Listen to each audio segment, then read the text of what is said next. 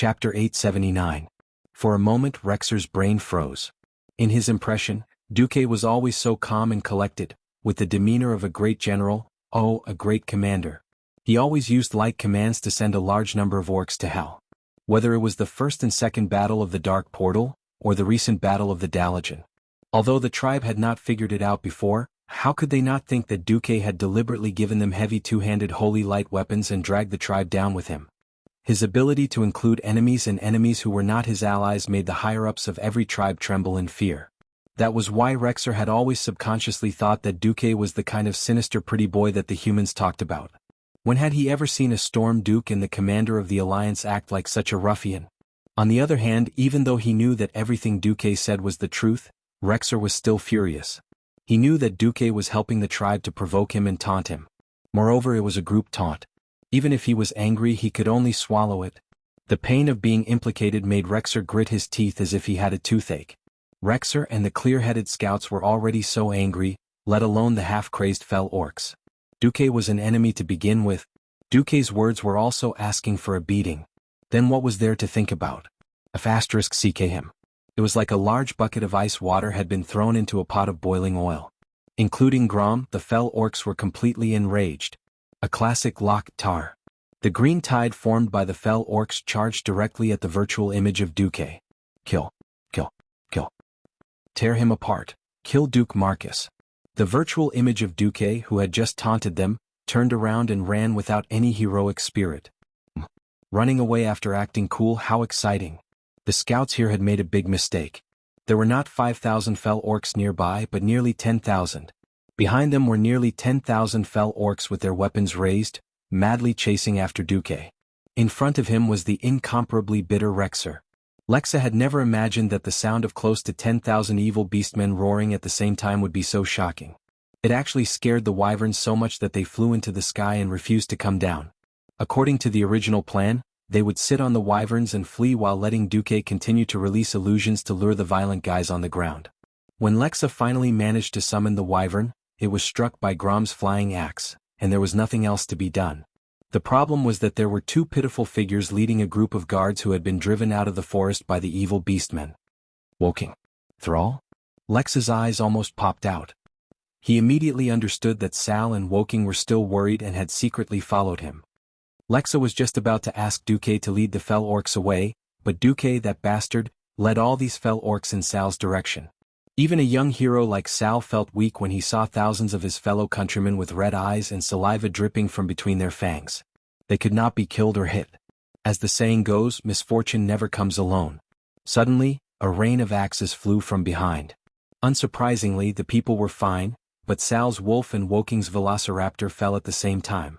Lexa turned sideways and knocked away the flying axes that were thrown at him. Then he found that Duque was actually running elegantly while nimbly dodging all the flying axes. This movement was not at all like that of a weak mage. "What are you looking at? Who said that mages can't exercise?" Duque said righteously. Can't you just lead the fell orcs into a trap? Why let everyone take the risk?" Lexa instinctively protected his great chieftain. "Hey, Sal, isn't that your compatriot behind you? I'm just here to help." Duque waved at Sal. "You can't expect a human to wholeheartedly save your fellow orcs, can you?" Lexa's eyes darkened and he almost fainted. Heavens! It took almost an hour for the wyvern to fly over. How long would it take to run back? The problem was that moon wells were not cabbages on the side of the road.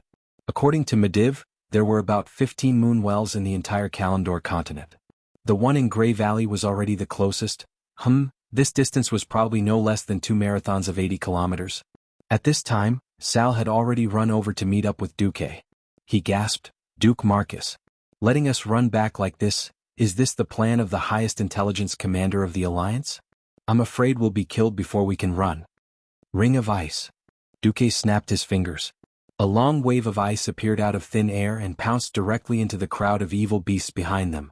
The evil beastmen behind them suddenly slowed down, and many evil beastmen fell to the ground. At this time, the second wave of wyverns attempted to descend to meet Sal and the others. However, Grom did not go completely crazy. A few more flying axes scared the wyverns back into the sky. Duque shrugged. "How about I teleport back first?" "I'll teleport back first and you'll lead them into the trap?" Sal was completely speechless. If Duque really left, What if the evil beastmen did not chase after them? Gritting his teeth, Sal said in a deep voice, "Sir Marcus, please do us this favor. The returned tribe is willing to serve as the first line of defense in the upcoming battle at Mount Hygel." Duque said helplessly, "Okay. Then let's run together." Duque's performance completely subverted Sal and the others' understanding of mages. This guy who took off his mage robe while running and revealed a body of strong muscles, was he really one of those human potion pot mages? Sal couldn't help but ask, "How did you train your muscles?" Sigh. Duque showed an expression of infinite sorrow as he ran. "That's a very, very long story. You just need to know that I train these muscles to deal with 2 deadly fairies. That's enough." Sal's head was full of question marks. Duque looked up at the sky at a 45-degree angle, and tears seemed to be streaming down his cheeks. Once, when he patted Sasha's butt, Sasha would wonder, "What are you doing?" However, when he later patted Sasha's butt, she knew how to change positions, and the 2 fairies could not hold back. It was easier said than done to deal with 2 combat faction fairies. In addition to the wealth of knowledge from 10 terabytes of action movies, it was still that saying, "To forge iron, one must be strong." In the past 10 years, Duque began a long journey of training. From a muscular otaku to a university animal, he trained into a bodybuilder. Do you think without a six-pack you can easily complete the 48 hands? So the 2 leaders of the alliance and the tribe began to run toward the sunset. As if chasing after my lost youth. Chapter 880. Just like that, in the spirit of sharing weal and woe, the bosses of the alliance and the horde established a deep friendship in this unexpected ultramarathon for a reason that was not laughable. It would be strange. Yes, during the process, both sides exchanged friendly glances that were similar to "believe it or not, I'll get rid of you later." Of course, Thrall and the rest also called Duque a monster in their hearts. After all, it wasn't that Thrall had never seen what a human great wizard was like. At that time, when a morning star came to the arena, everyone stood up, with more than a dozen guards clearing the way and knight followers at their side. Then, a middle-aged wizard in his 40s had to be supported up and down the stairs. When he got on a carriage, a servant had to kneel down and use his back as a stepping board, and then shakily get on. Most wizards were still young, but they were already holding a pot of medicine all day, like old men with one foot in the grave. When it came to Duque, the contrast was too great. Wasn't this the case? You're a respected Breaking Dawn wizard. Not only did you not bring your followers to a group of orcs, your endurance was even better than most of them. What the hell was this? No, this had nothing to do with wizards. Looking at Duque's nimble steps that seemed to be dancing in the air, Thrall was certain that Duque had learned the Elven Ranger's ways. "Sir Marcus, although I have no intention of prying into your secrets, your endurance, speed, and agility amaze me." Thrall still asked. It's nothing. When you have 2 women by your side who are the strongest rangers in the world, in order to prove that you are a man, you will practice such skills." Duque raised his head 60 degrees to the sky, and 2 lines of illusory tears flowed from the corners of his eyes. Almost immediately, Thrall felt that Duque was a man with a story. That was a sweet nightmare that had lasted for 10 years. The past was unbearable. Duque's gaze seemed to have traveled through time and space, returning to the past. "Honey, do sit-ups. I'll kiss you every time you come up." Aurelia gently pressed her knees against Duque's feet. Because she was holding Duque's ankles lightly, every time Duque got up, he could see Aurelia's sweet smile, kisses, and the pair of Hygel peaks that didn't match the style of the elves. Come and chase me. As long as you catch up to me or run a kilometer, I'm willing to unlock it for you." "No. Yes. See. Force." Sasha ran in front of Duque with a bashful expression. She wore a thin veil and swayed her seductive figure in front of Duque. All kinds of, "if you're a man, do whatever you want," drove Duque, this lazy worm who had no motivation in life, to work hard. Unknowingly, 10 years had passed. In reality, after the first year, Duke could already beat up the Windstalker sisters until they cried for their parents, screaming that they didn't want him anymore. But for some reason, with Aurelia and Sasha constantly changing the prizes, he persisted for 10 years. Although Duque showed off his affection and almost forced Gavin Rad to be a virgin to a 10-meter-tall virgin, things were different now. Without considering his profession skills, with just Duque's skills, he could definitely kick open the gate of Sarsgaard camp and shout in orc language, "I want to fight 10 of you." Then he would clean up a circle of people and walk out safely. The long run would eventually come to an end. From morning to evening, after listening to Grom's roar for nearly 8 hours, after Duque, "I'll kill you," Sheehan finally lost his temper. Duque finally flipped out. In front of a huge well that emitted a blue glow, Duque stopped in his tracks. He ignored Sar and the others who had scattered to the side, ignored the nearly 10,000 evil orcs who were clamoring non-stop, and looked straight at the face of Grom Hellscream, whose mind was a little unclear. Duque arrogantly raised his left middle finger at Lord Howl with the international gesture. Well, actually, he was showing Lord Howl the ring on his finger with the Marcus family's emblem on it. Then he hooked his right index finger. Grom, didn't you want to kill me? Come on. In the wind, Duque's seemingly thin body seemed like it could be blown away. Coupled with the evil smile on his face, it looked like he was courting death. Sar had a feeling that Duque would succeed. Sure enough, after Duque's provocation, the tribe's #1 warrior, Grom Hellscream, roared and let out a thunderous roar. Then he jumped high into the air. Leap slash. Grom had practiced and used a seemingly ordinary attack skill that exposed his own weakness no less than 1,000,000 times. After practicing it 1,000,000 times, even the most ordinary of moves would produce an unimaginable sublimation. It was a move that surpassed a warrior's skills and violated most of the common sense of physics.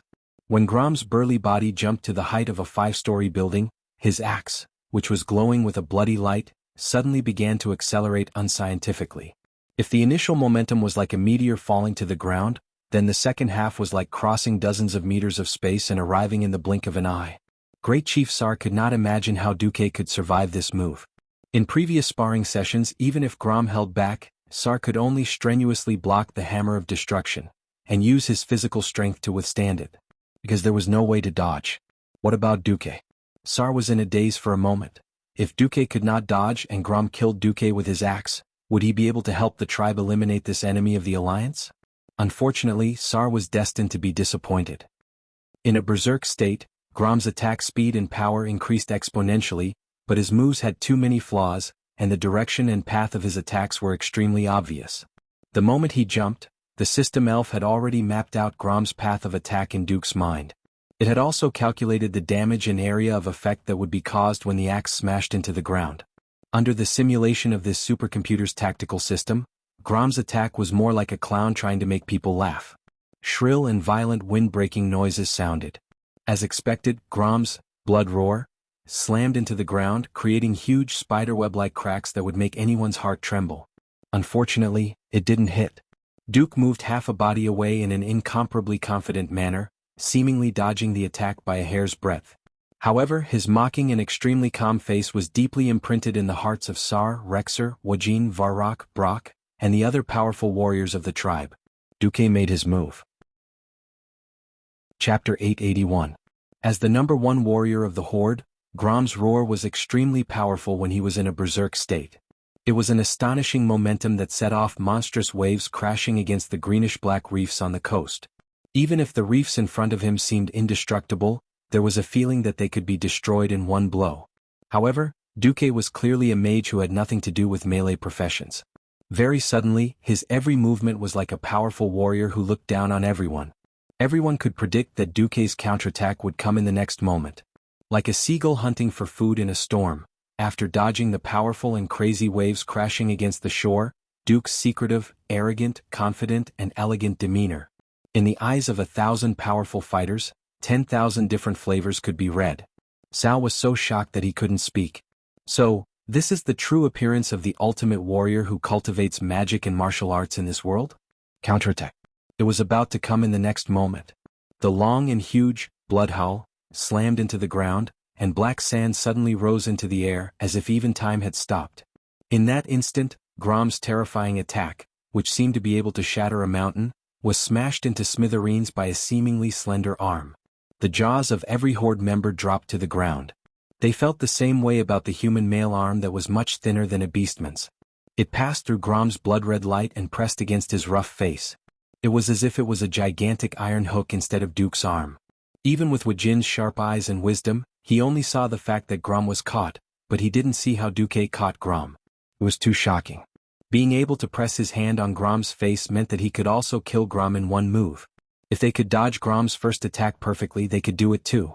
But Duque was a mage. Wajin felt like his mind was in a mess. Didn't that mean that Duke Marcus also had the strength of a hero in the field of melee combat? Wajin suddenly discovered something that warriors could not see. There was a faint magical light on the streamlined muscles of Duque's arm.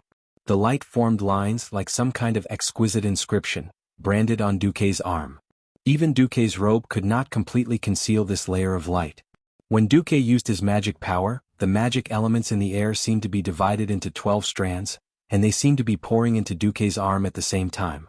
In the end, Wajin even felt that the magic elements were pushing Duque's arm toward Grom's big face. Repent for your lack of calmness and flaws. Repent for your lack of calmness and flaws.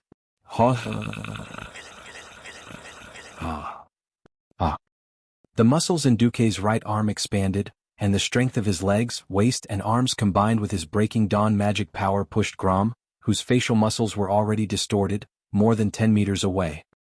He heavily dragged a huge black mark on the ground, mixed with traces of blood. Then when he hit the wall of the moon well, Duque used the momentum of the impact to lift Grom up, and then pressed his head into the crystal blue well water that was knee-deep. At the same time, the magic formation was completely activated. Countless rays of silver light surged from all directions, hovering above the moon well, and finally converging on Duque's arm. White light shone everywhere. Traces of blood energy began to dissipate in the air with a shrill cry. "Wake up, idiot!" Gugugu, the #1 warrior of the tribe, struggled as the strengthened moon well water kept pouring into him. A few seconds later, the incomparably nervous thrall saw Grom's arms suddenly stop struggling. The great chief felt a heart-wrenching pain in his chest. Was that nervousness? Was that heartache? Thrall couldn't tell. Then the group of orcs looked at Grom, who had his head buried in the well water, and suddenly pushed Duque's arm away. Duque bared his teeth but still retreated while panting heavily. Everyone saw Grom sit up with a crash and then give Duque a look of disgust. Thrall was not angry but delighted. "Grom?" Grom looked at Thrall, Lexa, and the rest who were rushing towards him, and then at Duque, who was panting heavily by the well. How could the awakened Grom not know what had happened? Although he had fallen into madness and chaos not long ago, this did not mean that he had completely lost his memories. Thinking about how he had drunk the demon's blood to survive, and how he had fallen even deeper into madness after killing the nature element demigod, Grom's expression was very interesting. He then thought about how the one who had pulled him out of the abyss of pain and madness was actually Duke Marcus, whom he had wanted to kill and dismember 10,000 times over for the past 10 years. Grom's expression became even more interesting. It was a boundless sense of shame that made him want to chop himself on the head, and then fall into a mass grave to die a clean death. No, my ancestor. Grom, a man of steel who would not shed a single tear even if his parents died, his brothers all died, and he was slashed hundreds of times, suddenly burst into tears. Thrall finally rushed over and hugged the bawling Grom tightly. He patted his broad back and said, "It's okay now, Grom." "It's okay." Grom did not seem to notice Thrall hugging him. Instead, he stared at Duque, who was sitting on the wall of the well and smiling mysteriously at him. Duke Marcus, why did you save me?" If it had been any other strong person in the tribe who had saved him, Grom would not have been so annoyed. But Duque. Only Duque. He could not accept it at all. "Why? You ask me why?" Duque spread his hands, his face full of ridicule. "One of the most powerful demons in the Burning Legion, Archimonde, is on the way to Kalimdor. This is not an opponent that the Alliance can deal with alone. And your chief insisted that he would not join this temporary alliance against the Burning Legion unless he saved you. You have to thank someone, thank Thrall." Grom was silent. Anyone would think that he was a volcano that was about to erupt. "Calm down, Grom. At least at this time, Duque and the Alliance are indispensable allies for us. If the world of Azeroth is destroyed, we won't gain anything," Thrall said anxiously. Chapter 882. Grom calmly pushed Thrall away with his immense strength. Lying in the clear moon well water, Grom stood in front of Duque, clenched his teeth and finally said, "I may have fallen into madness, but I remember everything clearly. You could have used underhanded methods against me, but you chose the most honorable method. I don't want to admit it, but I have to admit that I owe you a favor." Duke leisurely crossed his legs, let out a chuckle and then replied, "Favor? Very good. I need a powerful vanguard cannon fodder in the upcoming Battle of Mount Hyjal. Live until then. As long as Archimonde is dead, I don't care if you live or die. Your favor will be repaid." Okay. Grom's swollen muscles seemed to have calmed down and retracted, but everyone knew that Grom Hellscream had made a vow as a man. Thrall's body trembled. Then he walked over and bowed to Duque with Wajin and the rest of the Horde's higher-ups. Duke Marcus, no matter what the grievances between the Alliance and the Horde are, at least this time we are grateful to you. You are a true gentleman outside of the battlefield. In the system notification, Duke's eyes widened as he saw that his reputation in Orgrimmar had become respect. Damn, a human actually got the respect of the Horde's main city. Could there be anything more illogical? Duke felt a little awkward. He coughed lightly and changed the topic. Quickly take care of Manaroth. We'll meet up with the Night Elves representative and discuss how to deal with Archimonde. With that, Duke turned and left. On the other side, Grom roared with his famous lung capacity. You bunch of idiots, are you done being crazy? If you are, come over and drink the water from the moon well. The Horde needs you to be clear-headed. The Warsong orcs, who had just recovered from the shock of the magic formation but were still not fully awake, were obedient like grandsons under the command of their chief. They eagerly came over to drink Grom's bathwater. To be precise, it was the water from the moon well after someone fell down. Of course, the orcs, who were never particular about hygiene, didn't care about such details and drank it all the same. After living a barbaric life, every orc's stomach was like an incinerator. After everything was over, Duke and the tribe's experts gathered again. Thrall said, I have obtained the guidance of the prophet. According to the curse left in Grom's body, we can trace it back to the source and find the Lord of the Abyss, Manaroth. As long as we can kill him, the bloodthirsty curse that has plagued the orcs for a long time can be removed. At the mention of this brutal and crazy bloodthirsty curse, the expressions of almost every beastman of the older generation changed. The new generation of beastmen might not be able to understand it, but only the first batch of beastmen who had drunk the demon's blood would understand how terrifying the impulse to destroy and slaughter every night was. Destruction. Slaughter. Fresh blood.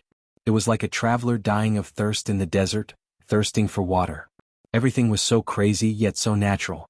Grom had once thought that the ancient tree in front of him was Duke when he was half awake.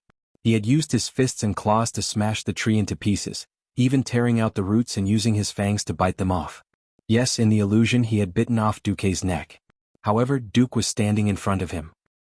He knew that he shouldn't attack Duke, and this human with a faint, confident smile had done him a favor. Grom was extremely conflicted. However, he still had to do what he had to do. Moreover, he had to break the orc's fate of being controlled by the Burning Legion. After this incident and seeing his compatriots easily fall into madness under the influence of the demon's blood, Thrall clearly understood that he had to cut off the source of this curse. At this moment, Thrall, who was still in the whirlpool of fate, did not know that he was fated to lose Grom Hellhowl, the strongest of the Horde. Let's go. Duke stood up, letting his blue and white cape flutter in the wind. The final result was very different from the original history. Worried about the curse's influence on the previous generation of orcs, not only did they not bring ordinary soldiers, but Varrock and Brock also stayed at the border between the Barrenlands and Grey Valley. The final members of the Abyssal Lord's team were Thrall, Grom, Duke, and Wajin. Grom gripped the blood curse sensor that Medivh had given him. In his field of vision, everything changed. The world turned black and white. Then, a wisp of bloody mist that should have been invisible to the naked eye floated toward him from afar like a thin silk veil. Finally, it connected to his chest. Follow me. Grom carried Bloodhowl and strode towards the land of destiny. No matter how terrifying the demon lord was waiting for him, he knew that he had to go. That was his duty, Grom Hellhowl. It was also his destiny. Surprisingly, Manaroth's location was not too far from the entrance of Grey Valley, but it was very well hidden. Without Grom leading the way, perhaps even the local night elves would not know that there was a small valley between the mountain streams that was completely unaffected by the outside world. Less than 500 meters into the valley, the entire scenery changed. It was no longer lush like in Grey Valley, full of birds and fragrant flowers. Instead, it was filled with the color of defeat. The entire sky suddenly turned from a sunny morning into a dark and gloomy midnight. Evidently, the evil magic of the Abyssal Lord was affecting the surrounding space. His eyes were filled with lava. Amidst the grayish-black volcanic ash, there were countless vague lava streams that flowed from top to bottom. High temperature. Their nostrils were filled with the sulfuric smell of the burning plains, and their feet were full of volcanic ash that squeaked when they stepped on it. Mixed with a large amount of evil magic, the fire elements rolled irregularly in the air, and the turbid smell was nauseating. Not to mention Thrall and Grom, who did not have very strong senses, even the extremely sensitive forest troll hero Wajin, and Duke, who had the help of the system elf, could not sense the existence of Manaroth. Suddenly there was light in this blazing world. It was a terrifying sword light that seemed to be able to split the entire world in half. A double-headed greatsword more than 15 meters long broke out of the volcanic ash under their feet and easily attacked Wujin and Duque at the back of the team. Wujin was seriously injured in just one move. Chapter 883. Woking had never been a flimsy man. The troll looked thin, but that was purely because of his body proportions. Even though he looked thin, Wujin's arms were still thicker than Duque's thighs. Wujin, who was 2.3 meters tall, was half a body taller than Duke, who had grown to 1.83 meters in the void, perhaps because he ate something wrong. Despite being an agility-type hero, Wujin was still hit by the terrifying greatsword. If Wujin had not used his signature long rod and spinning blade to block the attack, no matter how strong the troll's regeneration was, he wouldn't have been able to save him. Like a cannonball, Wujin was sent flying 100 meters away and directly left the stage. Originally, the trajectory of the cold crescent sword light from Manarotha's giant sword had also covered Duke. However, the Lord of the Abyss did not expect that Duke, who should not have been able to react in time, would not have used flash or ice block to save his life. Instead, he leaned back as far as he could and got into an iron plank position to avoid this fatal attack. This gave Duque precious time to counterattack. Behind, following Duque's roar, Thrall and Grom, who were the vanguard, immediately reacted. When they turned around, they saw Duque throw out a gorgeous magic brilliance like a waterfall and hit the Lord of the Abyss. It was like a waterfall from the ground to the sky. The dazzling golden flame shockwave was mixed with the holy light that should not belong to a mage. However, it was not enough. After the huge double-headed greatsword failed to cut Duke, under the control of the huge arm filled with explosive power, it spun around and stabbed into the ground. A scarlet shockwave exploded in front of the huge body of the Lord of the Abyss. Completely unable to withstand it, Duque could only flash and retreat to Grom's side. At this moment, Manaroth, who had crawled out of the ground, showed his terrifying figure. The history books described the Lords of the Abyss as an outstanding power that could destroy all life. These huge, dragon-like fellows with a pair of repulsive wings came from the netherworld, the farthest corner of the universe. As for Manaroth, he was the cream of the crop. His entire body felt extremely bloated, and his lower body was more like a pot-bellied four-legged lizard. From the tip of his stomach to the tip of his tail, he was at least 20 meters long. His upper body was full of fat and he looked like a human fatty. There was a huge armor that looked like a kite shield hanging from his belly button. His upper body was bare, but he wore 2 shoulder pads that were full of sharp spikes. He had a pair of huge curved horns that looked like mammoths and a big mouth full of fangs, which made him look extremely ferocious. The Abyss Lord looked at the young Sal and let out a chilling laugh. He. Sal, I knew you would come. I also saw that you brought the powerful Hellscream with you. His blood belongs to me. So does your entire pitiful race. The only thing I didn't expect was that you would bring the Burning Legion's biggest problem in Azeroth, Duke Marcus. Very good. You're really good. Green saliva dripped down from the intersecting fangs. When the saliva dripped onto the volcanic ash, it actually made a creaking sound similar to acid corroding the ground. Sal couldn't help but narrow his eyes. This young chief of the Horde suddenly took a step forward and slammed the famous hammer of destruction on the ground. Bang! Sand and stones flew everywhere. This wasn't a meaningless venting. This was the beastmen's favorite way to boost their spirits. After roaring, Sal shouted, "Duque. I'll go first." Duque replied in a low voice, "I'll cover." This was the first real cooperation between the two leaders of the Alliance and the Horde. Last time when the Dalajan besieged Arthas, Sal, who lacked a proper weapon, was more of a bystander. However, this time, the cooperation between the two was as seamless as if they had worked together thousands of times before. 1024 hands of magic appeared in the air in an instant. The sudden burst of icy arrow rain made the temperature of the entire world suddenly drop by more than 20 degrees, from the hot midsummer into the biting cold winter. Thrall swung the hammer of destruction, like a meteor hammer when the ice crystals pierced through the void and stabbed into the huge body of the Lord of the Abyss. The large square-headed hammer that was larger than a human head began to bloom with a dazzling light. A moment ago, it was just like the light of a lighthouse in the night, and the next second, it was already a small sun full of destructive power. Ha-dash, the air in the lungs was compressed by the strong muscles, as if every milliliter of air was converted into oxygen to support the next blow. Sal used all his strength to throw the hammer of destruction. Just as the Lord of the Abyss was busy defending against Duke's Breaking Dawn magic, the hammer of destruction arrived before he could recover. Boom. An earth-shattering explosion. Even with Manarotha's huge body, the powerful destructive power of the Hammer of Destruction still forced him to take 3 big steps back. Unfortunately, even with the full power of the Hammer of Destruction, it still could not break the defense of the thick hide of the Lord of the Abyss. Ha ha ha ha. Manaroth laughed wildly. Although it's a good effort, unfortunately, it's meaningless. The next moment, the huge Lord of the Abyss charged over faster and fiercer than a rhinoceros. Boom. The double-headed giant sword emitting an evil aura easily smashed the limestone ground the size of a basketball court into pieces. The powerful shockwave sent Sal flying, who had clearly dodged the attack, and Duque had to flash dozens of meters away again. The powerful shockwave also flipped Grom over. Manarotha's huge body stood in front of Grom Hellscream and laughed sinisterly. That child Sal believes that you will definitely be saved. But he does not know what is burning in the depths of your soul. When that thing is in your heart, you will know that we are actually all the same. The murmur burrowed deep into Grom's chest, pierced his heart, and plucked at the weakest chord in his soul. It was a string that could easily cause him to fall into madness and slaughter with just a slight tug. His soul was falling. His soul was falling. He found that his body and soul seemed to be enjoying this desperate, painful, and sweet madness. No. Grom let out a roar that sounded like it came from hell. Chapter 884. Beastmen will never be slaves. The deafening roar resounded through the entire Grey Valley, sending all the rocks that were still unstable in the surroundings flying. Grom started sprinting at high speed. The anger pumped out of his heart burned through his entire body. The anger that had accumulated in his chest needed a place to vent. The unyielding will hidden in the depths of his soul drove him. 1 step, 2 steps, 3 steps, his well-trained sense of distance told him that it was enough. He stomped hard on the ground with his left leg, and his burly green body soared into the sky with an aura that defied gravity. The blood roar that was held high gave people the illusion that it was going to burst through the gray sky.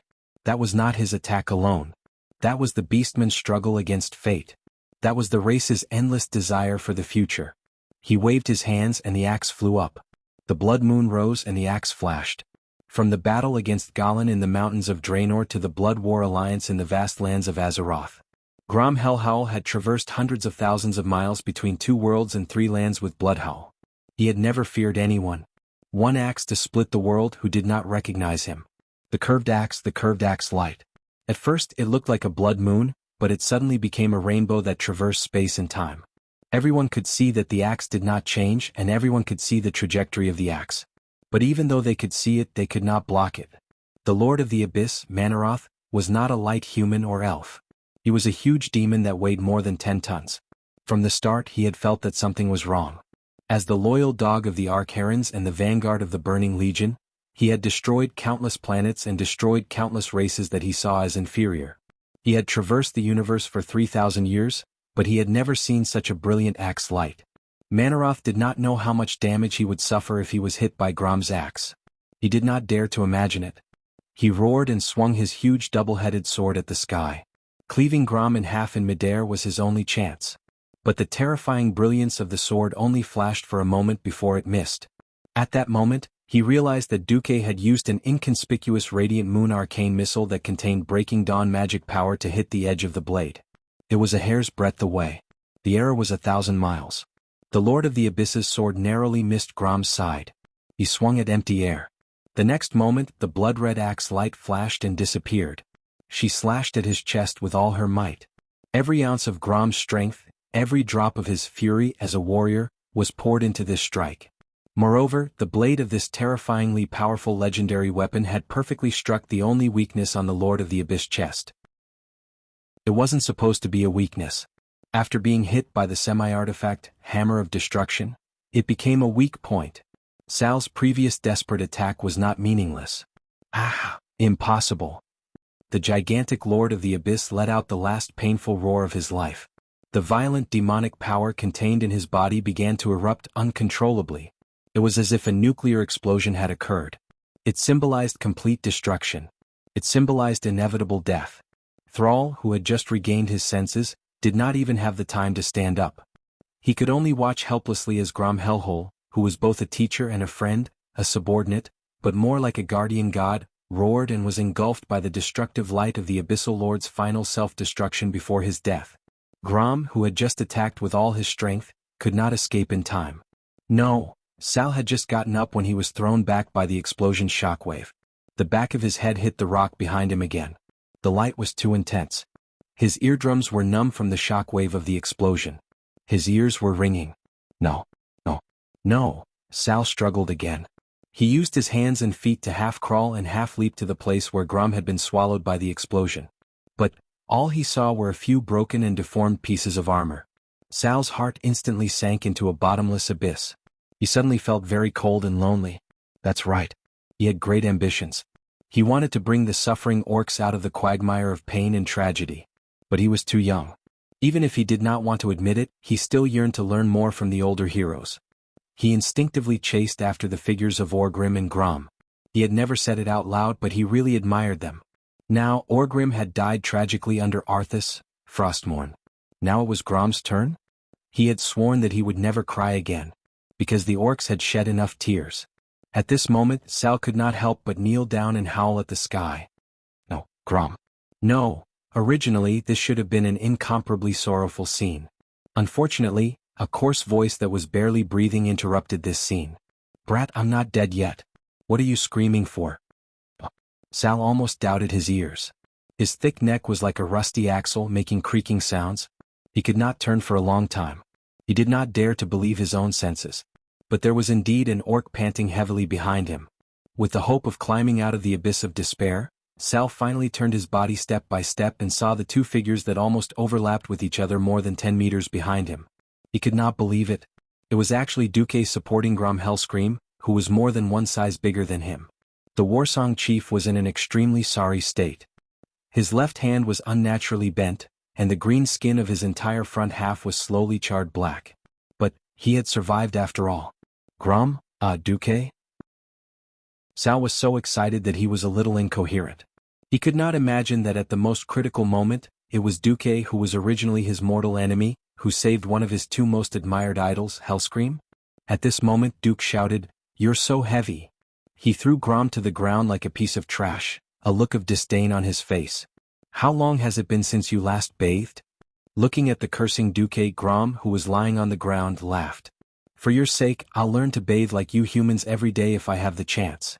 After laughing with great difficulty, Lord Howl's face suddenly darkened. He was indignant. I seem to owe you a life this time. Duque patted the dust off his body and looked at Manarotha's mountainous corpse. You can return it to me on Mount Hyjal, he said calmly. This was not being polite. In the latest intelligence, Duque saw a name that should not have appeared in the historical battle of Mount Hyjal, Demon Lord Kazak. Chapter 885. Duque was not sure if Kazak's soul had completely entered the world of Azeroth.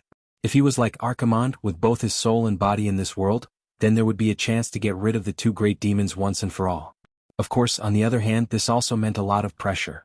According to the original history, there were a total of 5 bosses in the Battle of Mount Hyjal, including Archimonde. Even an orc hero with the best stamina would not be able to take it, let alone a human hero with even worse stamina. Duque really did not want this change in history. He could successfully get rid of Kazak last time because Duque had the support of the Red Dragon Queen Alexstrasza. This time, the dragons were obviously premeditated by the Burning Legion. If he really wanted to get rid of Archimonde like in history and let Archimonde's grave next year, Duque would have to put in more effort. Saving Grom Hellscream was Duque's first step. For someone like Lord Howl to die in the hands of a mere Lord of the Abyss, it would be a waste of his talent. If he were to die, he should at least die in the hands of a great demon like the Burning Legion's leader. Yes, first get rid of Archimonde. It would be best if Lord Howl, Thrall, or something perished together with Archimonde, ending the alliance and horde disputes for who knows how many years. That would be perfect. But he was afraid that fate would play tricks on him. Duque really did not dare to compliment the goddess of fate. If she was unhappy and slammed the table saying, "Your alliance already has Lothar the old bastard and the horde needs an old scum," or something, then Duque would be embarrassed. Alright. First get rid of Archimonde, then leave the rest to fate. Back to 2 weeks ago on Mount Hyjal. More than 9,000 years ago, Illidan built a second well of eternity here for his own selfish desires. Later, the dragons that survived the cataclysm came to the home of the Night Elves. The red dragon Alexstrasza, the green dragon Isera, and the bronze dragon Nosdormu looked down at the peaceful home of the druids and the fruits grown by the night elves. The powerful druid Malfurion welcomed the dragons and told them about the new well of eternity. The dragons were shocked when they heard the terrible news. They thought that as long as the well of eternity existed, the Burning Legion would not give up the idea of conquering this world. Malfurion made a pact with the three dragons to ensure the safety of the well of eternity and to ensure that the minions of the Burning Legion would never find a way back to this world. The giver of life, the red dragon Queen Alexstrasza, cast a magical acorn into the center of the well of eternity. As soon as the acorn came into contact with the magical lake water, it began to sprout and grow into a giant oak tree. The roots of the tree reached deep into the bottom of the lake, and the huge canopy almost covered the entire sky. This huge oak tree was the eternal symbol of the night elves' harmonious relationship with nature. The life energy it emitted could slowly spread and heal the wounds of the entire world. The night elves named their world tree Nordrassil, which meant crown of the sky, in the language of the night elves. After the three dragon aspects bestowed the holy blessing of the dragon race here, this place had always been regarded as the most sacred place by the night elves. For more than 9,000 years, this place had been guarded in the strictest manner, and the teachings of druids and other nature teachings had been spread here. 9,000 years of peace had passed just like that. On this day, this sacred place that had never been set foot on by creatures of other races for more than 9,000 years welcomed a strange team. As many as 24 elite guards escorted these few unshackled guests to the front of the temple of the moon goddess Elun. When the envoy, consisting of 2 humans and 2 high elves, arrived at the entrance of the temple, the 2 female temple guards sized them up. They were, of course, Ronan, Bridget, Lilith, and Riadaline, who were here to send a warning to the night elves. They were also sizing up these night elven guards that had only existed in legends for thousands of years. They weren't wearing long robes, but were instead wearing shiny silver breastplates and pleated skirts. There was a pattern of a crescent moon in the middle of the breastplates. The moon goddess temple was filled with female priestesses. According to the introduction of the elven guard captain along the way, most of them could ride and shoot, and were proficient in tactics. For example, the leader of the night elves and the chosen of the moon goddess Elun, Tyrant Whisperwind, was an excellent archer. After the announcement, the guards signaled for Ronan and the rest to enter. Under the guidance of a priestess in a white robe and a team of 6 guards, Ronan entered the moon goddess temple. As soon as he walked in, Ronan felt the moonlight sprinkling on his body. It was gentle and comfortable, as if the moon goddess had stretched out her soft, motherly hand to caress him. The rectangular room was surrounded by tuberose, and there was a large stone tablet in the middle for the priestess to give a speech. The circular stone path leading to the stone tablet was carved with complicated patterns, all of which were pictures of the waxing and waning of the moon. As he walked along the winding corridor, he found that no matter where the moon was in the sky, the gentle moonlight would always illuminate the entire room. They came to a corner on the 2nd floor that was half surrounded by vines, and the priestess leading the way said softly, "Please wait here."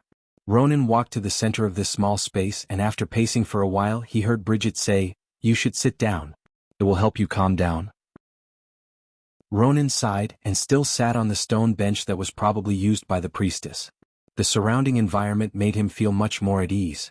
However, after waiting for a while he still grew impatient. He was even worried that Tyron's leader would be unhappy that they had come so suddenly. However, Ronan, who had no experience as an emissary, could only continue to wait. Finally, an hour later, a tall and slender priestess wearing a moon-white robe with golden embroidery slowly walked into this small world. Night elves were blessed by the Lord of Time, Nosdormu, and had eternal life. As long as they lived through 100 years of infancy, their appearance and physique would be fixed at the perfect youth stage. In front of Ronan was a slender and graceful female elf. Her skin was smooth and delicate, and there was a faint purple tinge to it. Her strange blue hair had a few strands of silver in it, and her exquisite face was very feminine even in the eyes of humans and high elves. "Hello. I am Tyrant Whisperwind."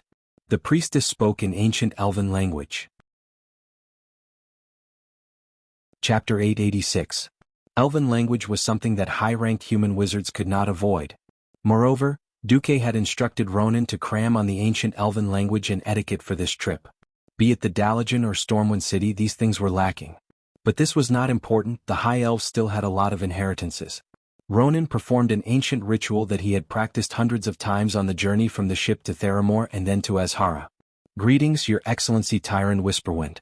I'm Ronan from the Eastern Kingdom on the other side of the Endless Ocean. I'm a messenger from an alliance of humans, high elves, dwarves, and pygmies." "Greetings, Mr. Ronan." It could be seen that Tyran was very satisfied with Ronan's practice of Night Elven etiquette.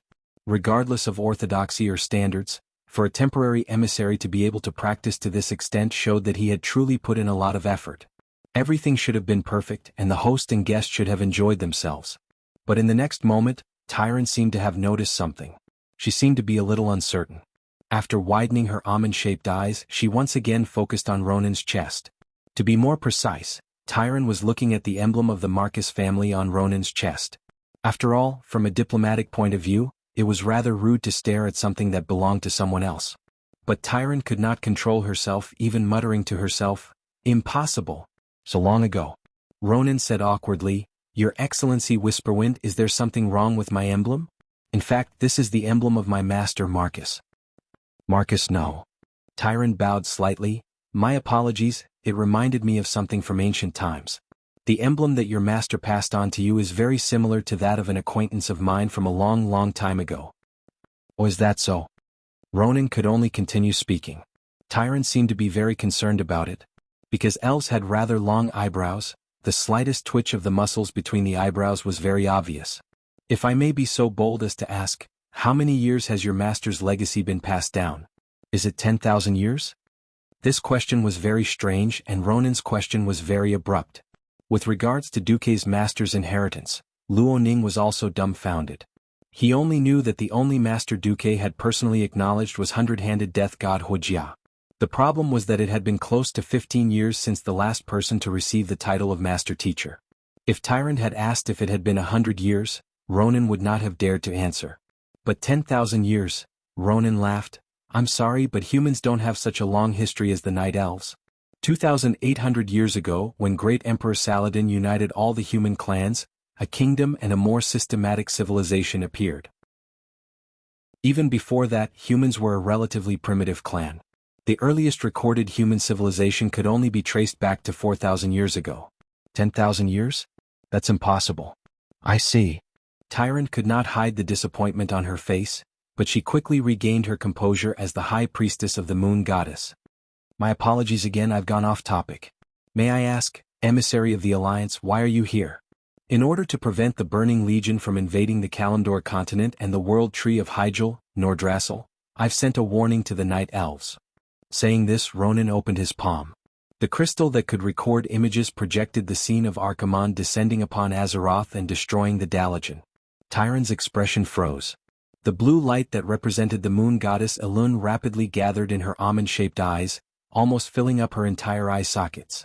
Only by braving the holy light to look at her would one see that her pupils were surrounded by the white of her eyes, looking like azure glass beads. "As expected, what I saw in the dream is true." Tyrant's voice was more like a murmur. She thought of the nightmares that had frequently appeared in her dreams over the past month.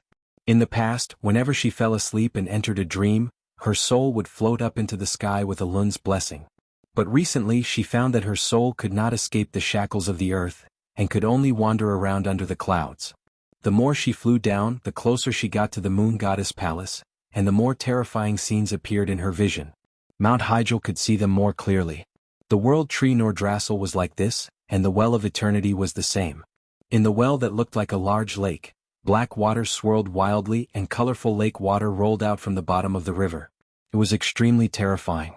As the huge waves from the lake crashed onto the shore, the powerful magical energy contained in the water of the well of eternity dissipated in all directions. The lake water churned like boiling water. Countless night elf priests and druids prostrated themselves beside the well, praying. But the more they prayed for the well of eternity's forgiveness, the worse it became. In the sky, torrential rain poured down and thunder and lightning roared. The beautiful houses near the well of eternity were about to be washed away by the lake water. Why was this happening? What happened to the well of eternity?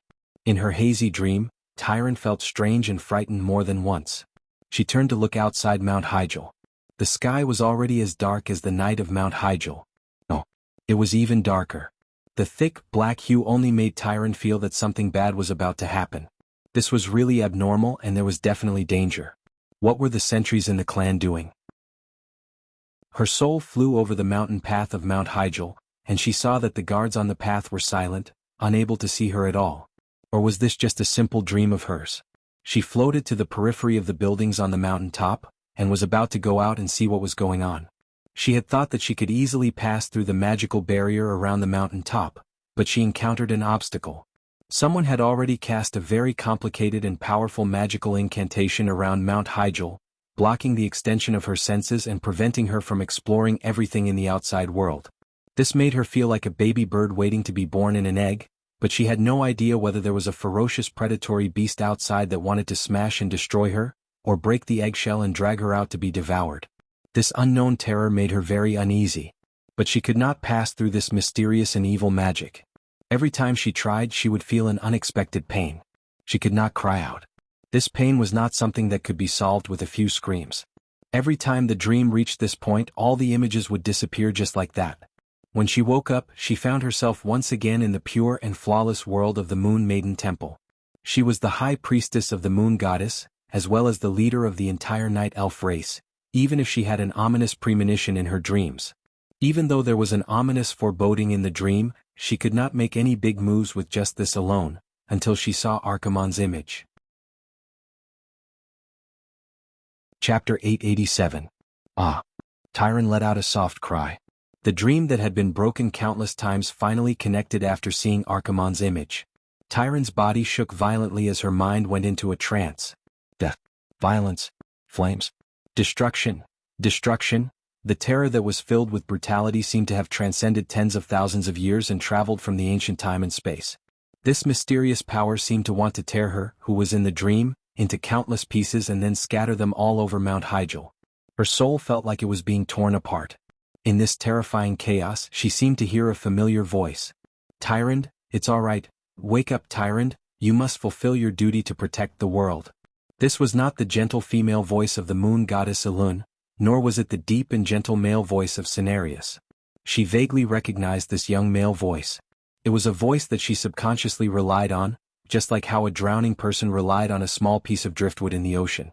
Tyrande felt that the goddess of fate was guiding her in the right direction. As time passed, or perhaps because of those few calls, the pain that the burning legion brought her in the dream eased a little. She felt exhausted. No, this was not the fatigue of the mortal body, this was the fatigue of the soul. It was as if her body wanted to continue drifting in the dream world, and her soul no longer needed to return to her body.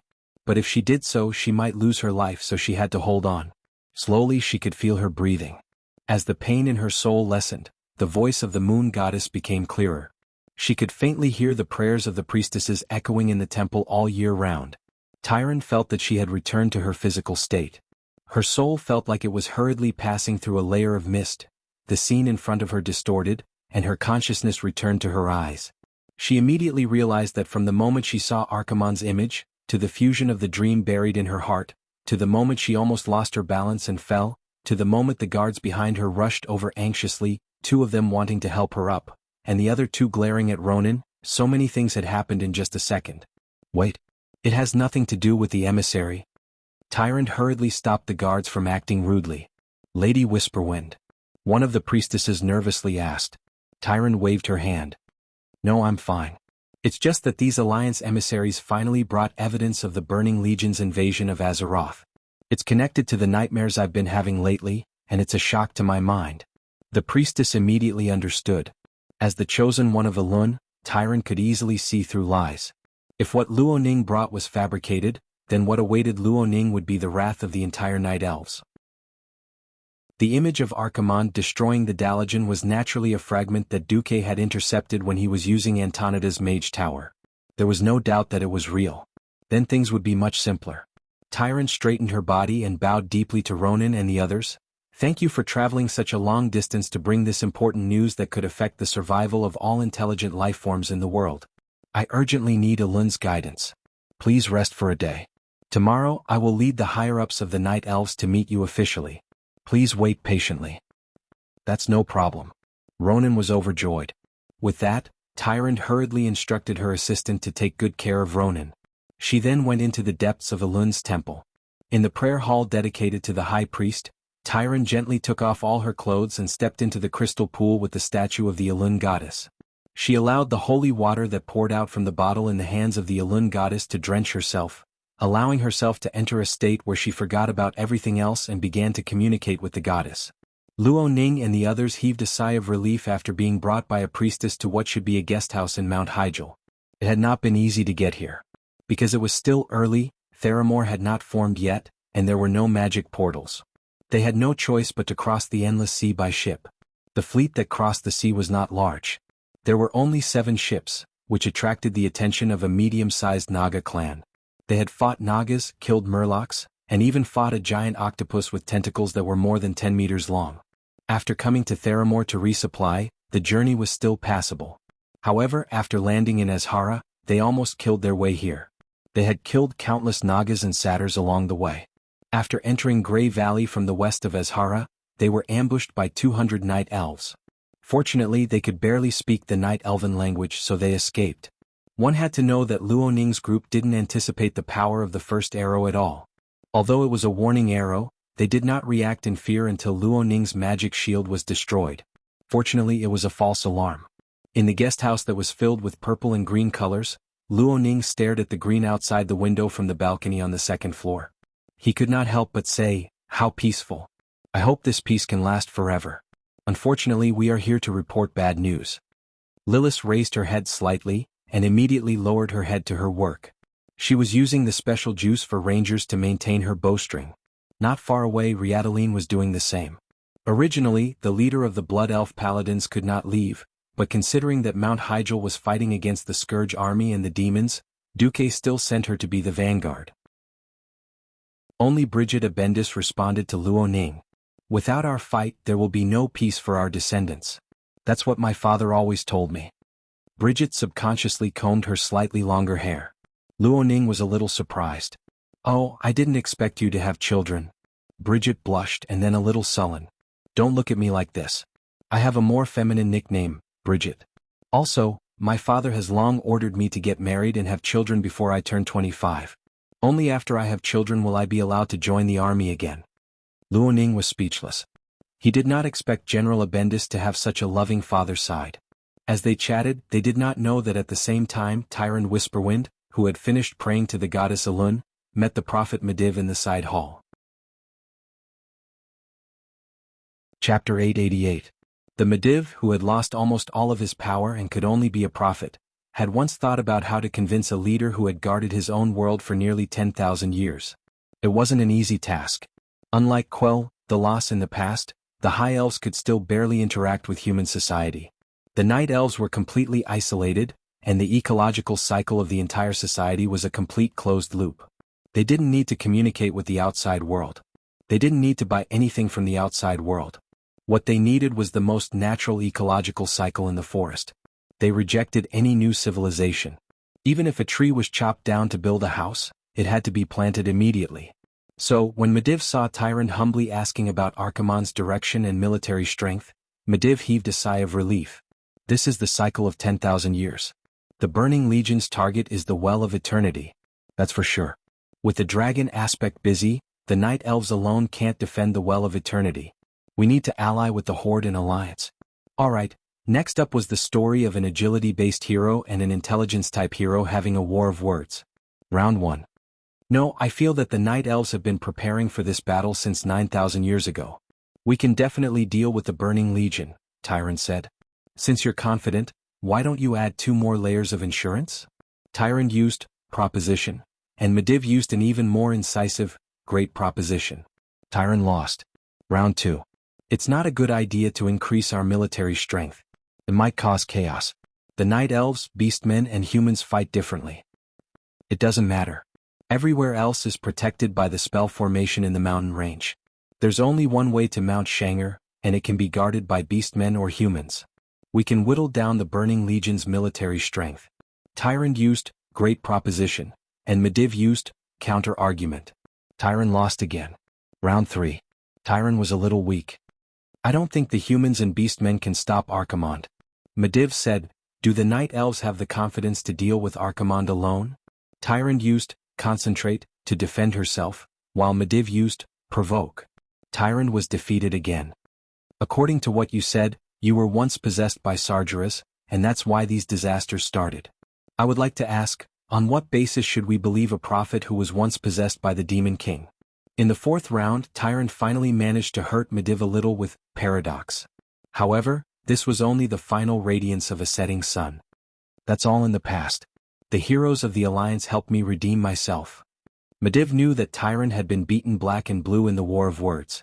He immediately activated Memory Kill. I still remember. In the ancient war, it was the 5 dragon aspects who fought with all their might to destroy the demons that were as numerous as the stars in the sky. Tyrant's stamina bar, which was the stamina she had accumulated during the Battle of Words, was instantly emptied. Alright, in the half-hour meeting, Tyrant, the agile hero, was defeated time and time again in the War of Words. Finally, she made up her mind to prepare for war, and accepted Medivh's suggestion. It was definitely not an easy task to fight against the Burning Legion. After sending off Medivh, Tyrant's first thought was to wake up her childhood friend, the Archdruid Malfurion Stormrage. Under the guidance of the Druid's patron, the demigod Cenarius, the respectable Malfurion Stormrage had been protecting the Night Elves from the invasion of the demons for tens of thousands of years. In the ancient war, Malfurion and other heroes fought against the terrifying Burning Legion to protect all life in Azeroth. Among them were his childhood friend Tyrant Whisperwind and his brother Illidan. After defeating the demons, he worked hard to lead the Night Elves away from their homeland destroyed by the Burning Legion. They rebuilt their homes near Mount Hyjal, and supervised the growth of the World Tree, Nordrassil. The dragon aspect, Isra, connected Nordrassil to the Emerald Dream. It was a reflection of Azeroth that was free of war and unaffected by mortals. He allowed all druids, including Malfurion, to enter this country. Malfurion and the other druids had explored this dream for thousands of years. Sigh, it's time to wake him and the other druids up. If possible, Tyrant did not want to face Malfurion directly, because it would cause awkwardness. How should she describe her relationship with Malfurion? They were more than friends but not lovers. If it weren't for what happened 10,000 years ago, perhaps she would have chosen Malfurion as her partner between Illidan and Malfurion, who were both her childhood friends. But, sigh. Tyrant looked at her exquisite reflection in the pool and suddenly sighed. Now is not the time to be thinking about this. Although it was troublesome to lead a race that worshipped nature and peace, it was not too difficult. She could handle it all by herself. When it came to dealing with the Burning Legion that the Pentashade Guardian Dragons had used all of their power to defeat, even if Archimonde did not have his full power, this was not something that Tyrant could handle alone. Melland. Tyrant's voice traveled through space and reached the outside of the reception hall. Soon, a high-ranked priestess with a purple ponytail appeared at the door. Is it you who summoned me? High Priestess. Summon the sentries. I'm going to wake Malfurion tonight. As one of Tyrant's confidants, Melland immediately understood the importance of the situation. This high-ranked priestess with 2 special purple lines drawn from the corners of her eyes and cheeks immediately bowed and retreated. The next moment, a short melody sounded in the church. Only the guards of the Moon Church understood the meaning behind it. The night deepened. When the new moon rose, Melland had already gathered a group of 500 church guards and was waiting for Tyrant at the entrance of the church. Tyrant was very satisfied. When she appeared at the entrance, she was also dressed in military attire, looking even more valiant and heroic. The exquisite moon-white armor was full of curved silver carvings. This was not just for the sake of beauty. If one looked closely, they would find that each carving was actually constructed from the image of a crescent moon. These crescent moons of various sizes contained the mysterious power of the goddess of the moon, Elun. As Tyrant stepped onto the steps leading to the hall, she could clearly feel the faint moonlight being absorbed by the mysterious runes on her armor. This was the power of the goddess of the moon. Let's go. Chapter 889. Unlike most other intelligent races, the Night Elves were nocturnal creatures. Although the High Elves who shared the same bloodline as them also had the mystical talent of night vision, the Night Elves also had the shadow evasion that the High Elves did not have. At night, as long as they remained still, the power of the moon god would make them disappear from the sight of mortals. Of course, this was only a form of visual deception. This did not prevent the Night Elves from showing the world how much the moon god doted on them. Of the 500 temple guards, 350 were Night Elf archers, while 150 were the Night Elf specialty, huntresses. These huntresses rode on Night Saber that was pure black and could also hide in the shadows and darkness. They held a special weapon that was as large as a plate and had 3 sharp edges. This mystical special weapon had the effect of rebounding enemies nearby when it hit them. Tyrant herself rode on a huge saber-toothed tiger with black stripes on it. With a whistle, this squadron of elite guards of the Moon God Hall left the summit of Mount Hyjal at high speed. Soon they left the main road. At this time the Night Elves' racial talent was on full display. In the complex terrain of the mountain, be it the elven archers on foot or the huntresses riding on Night Saber, they all moved as if they were flying. The rugged terrain could not stop them at all. Mount Hyjal was huge. Due to the terrain they had to first enter Fellwood Forest to the west, then head south to Grey Valley to reach the east of Malfurion's Grey Valley. Even with their outstanding ability to pass through the mountains, they could not ignore the demons that appeared in the forest along the way.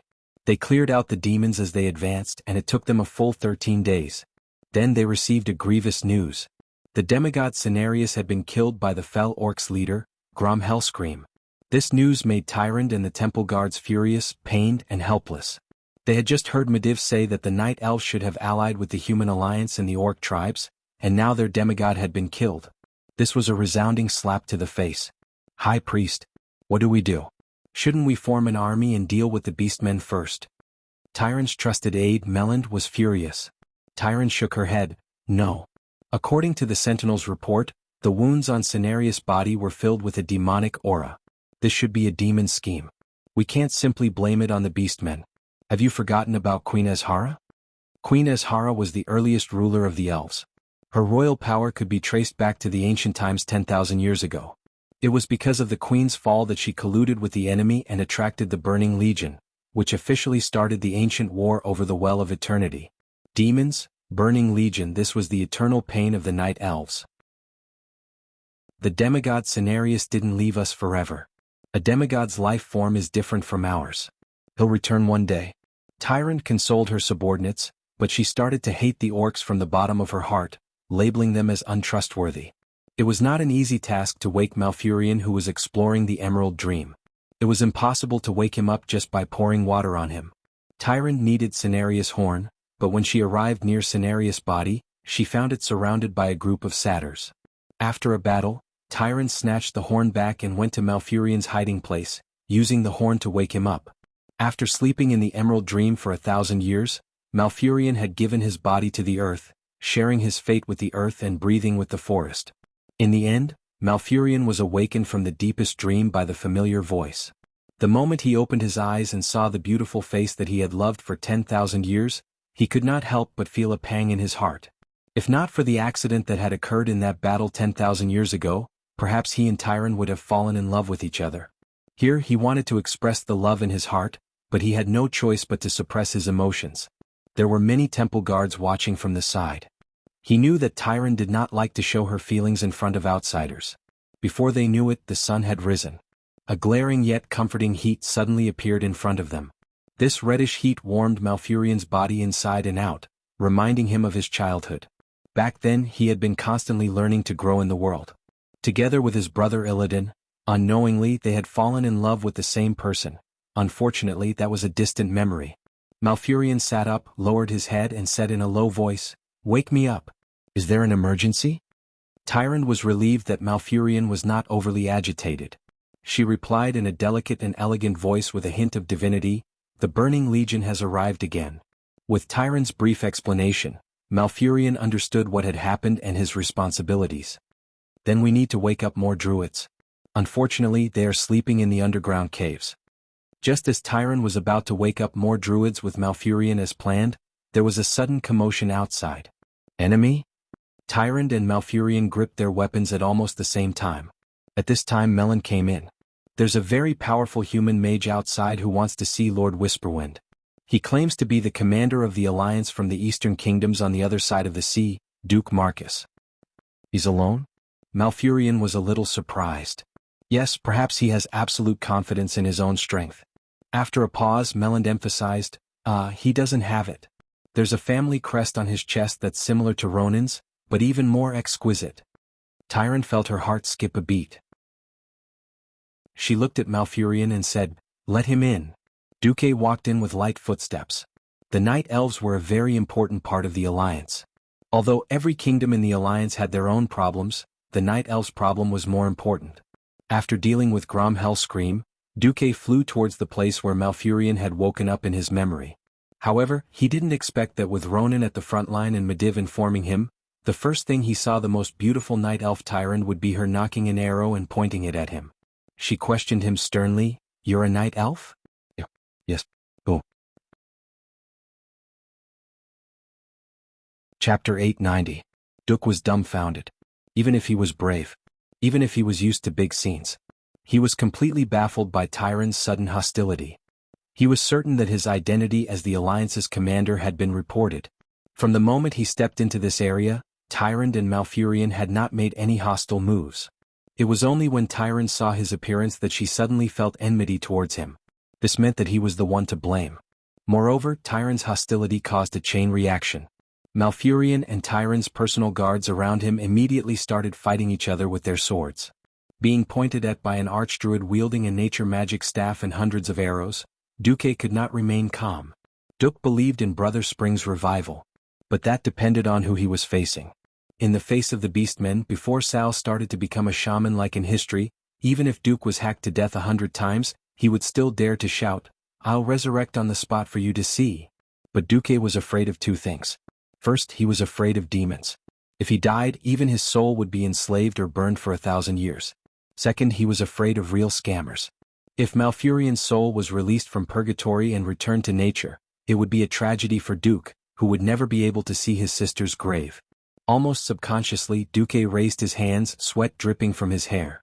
He spoke in perfect Elvish. "Wait. Is your excellency mistaken about something?" "No. There's no mistake.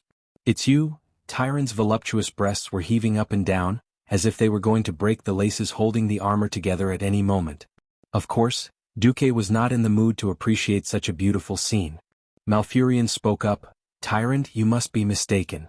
It can't be him." Duque hurriedly went with the flow, "I swear this is the first time I've seen the two of you. If the Alliance has offended the Night Elves in any way, I'll apologize on their behalf." There was no reason for there to be a conflict. Even if there was, it was the Alliance's problem. If we have to take the blame, let's take the blame together. In Duque's mind, two cauldrons had already appeared. One was a big cauldron that could fit hundreds of people in a cafeteria. You would need to use a paddle to stir it. Yes, this was the Alliance's cauldron. There was nothing wrong with it. The other was a small cauldron that was used by children to play house. It was smaller than a palm. Yes, this was Duque's cauldron. No matter how big the problem was, the entire Alliance would shoulder it. What virtue and ability do I have to bear this kind of inexplicable blame for the Alliance? Duque the scapegoat had already made up his mind. If there was anything, he would just refuse to confess even if he beat him to death. On this side, Duque froze. On the other side, Tyrant looked like a wronged wife. Her lips were trembling and her body was trembling. It can't be him. Humans don't have an eternal lifespan. At most, he is his descendant. Malfurion, who had already put down his staff, kept trying to persuade her. Moreover, as the chosen of Elun, can't you sense that this is really the first time he has seen you? On the other side, Duque, who had raised his hand in surrender, gave Malfurion a thumbs up in his heart. "I'm really innocent. This is my first time seeing Tyrant." "Well, eternal lifespan is another matter." Tyrant pursed her lips and put down the bow in her hand, a little dejectedly. I'm sorry. I must have made a mistake. You can't be him? He is from 10,000 years ago. I am deeply sorry for the offense just now. Moreover, even if you are him, he is a benefactor to me, to the entire Night Elven race and even to the entire world." Duque's balls were hurting. What the hell is this? Regardless of whether I'm your enemy or not, is this how you treat your benefactor? For a moment, Duque almost wanted to curse. Unfortunately, the next moment, Duque's mind was in a mess. Wait, 10,000 years ago? Isn't that something that happened in the ancient war? As a transmigrator who was familiar with the original history, Duque knew about the future. Although this future had been messed up by him, there were still many things that Duque still knew. If one were to talk about the ancient war that happened 10,000 years ago, then one had to mention a divine drama in the original history of transmigration. In the near future, Krasis, the Orc Brock, and the others, due to an accident, transmigrated back to the ancient times 10,000 years ago and were forced to participate in the incomparably famous ancient war around the Well of Eternity.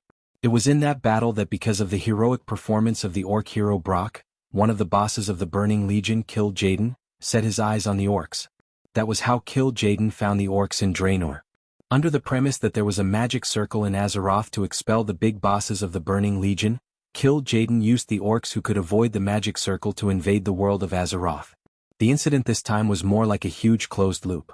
Because the people of the present messed around and changed the history of the past, then the history of the past turned around and affected the present. If that was the case, the current situation could be explained clearly. The biggest possibility was that the future Duque had somehow participated in this divine drama of transmigration and went back to 10,000 years ago.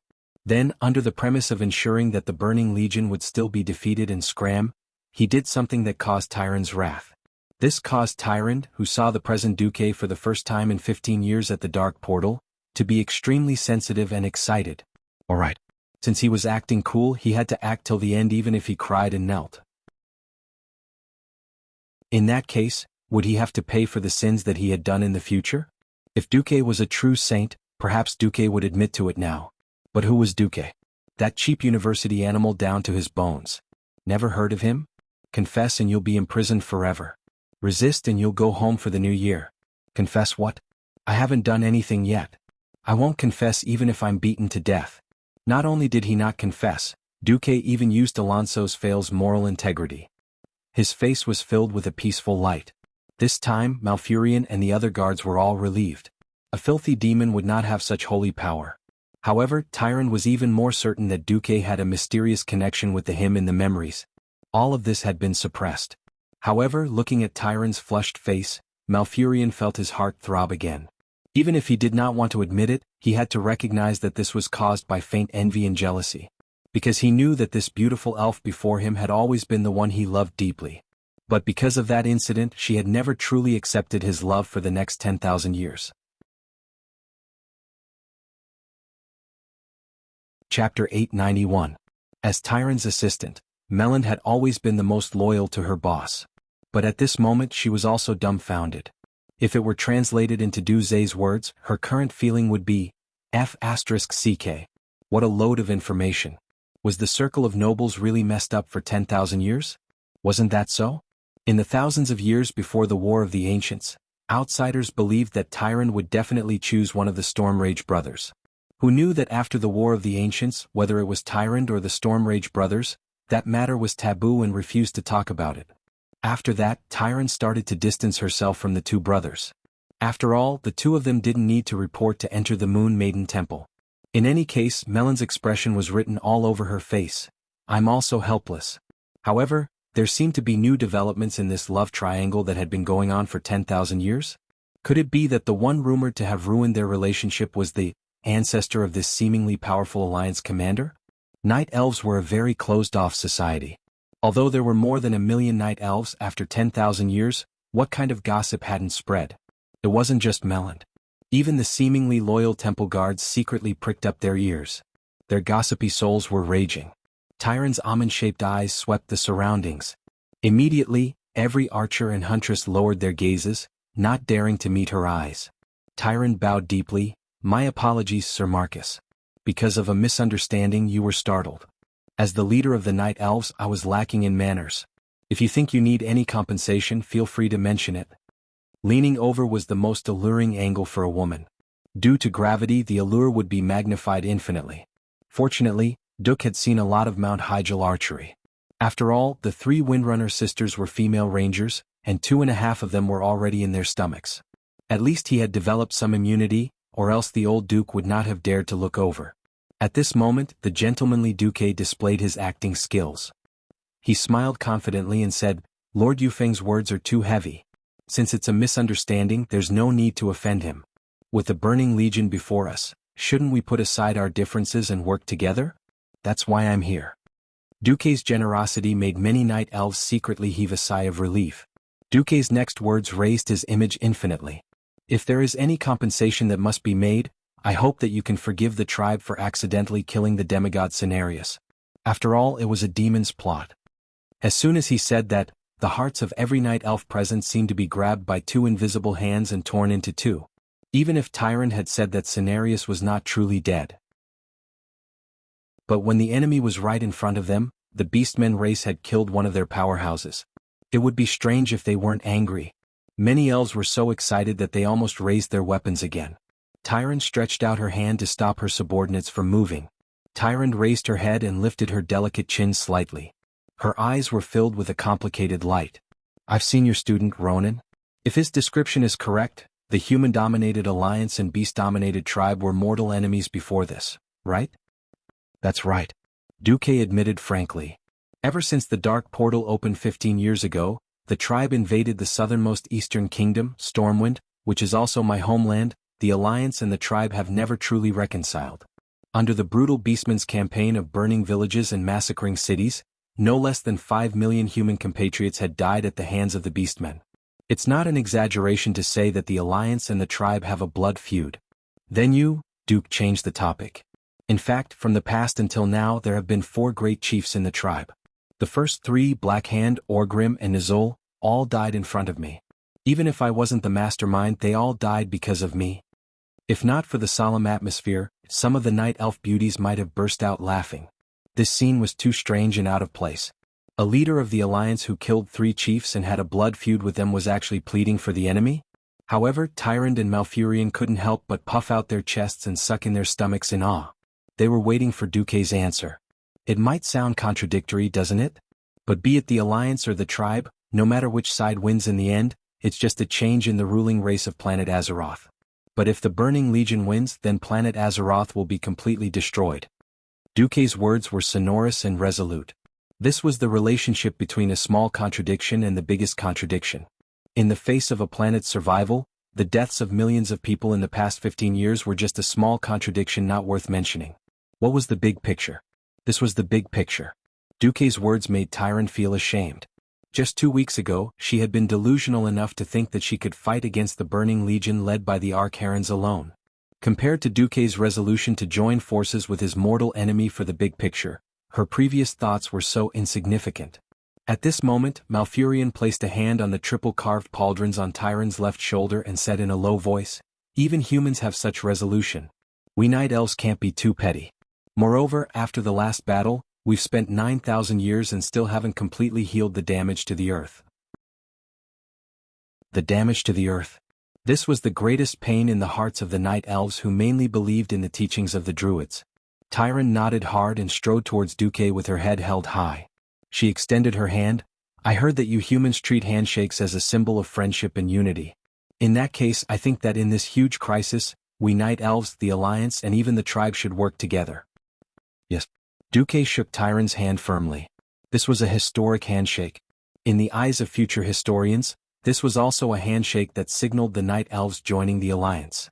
With the foundation set, everything else was easy to discuss. "Yes, I haven't asked. Marcus, why are you here this time?" "Don't be so formal. Call me Duque, I'll get used to it."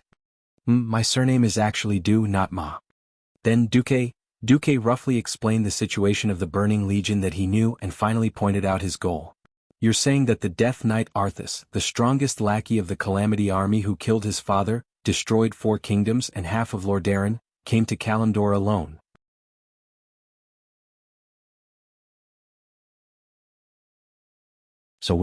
Duque smiled in understanding. "It's okay. Our goals are not in conflict. We're only going to send a few powerhouses into Felwood Forest to try our luck." With that, Duque handed over a list of names. If it wasn't for the signs of the Burning Legion's arrival, the isolated night elves wouldn't have liked outsiders to enter.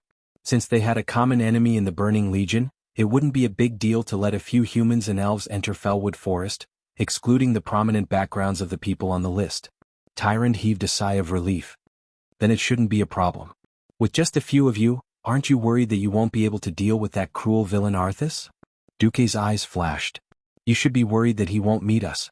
The confidence in his words made Tyrande and the other elves' hearts skip a beat, but then they were overjoyed. No matter what, a strong ally was always more reliable than a useless teammate. In fact, Duque was also secretly laughing in his heart. If the flow of fate hadn't collapsed, then the famous egg, Illidan Stormrage, would be making his appearance. In Azeroth, there were many famous heroes who had fallen into depravity that made the players sigh.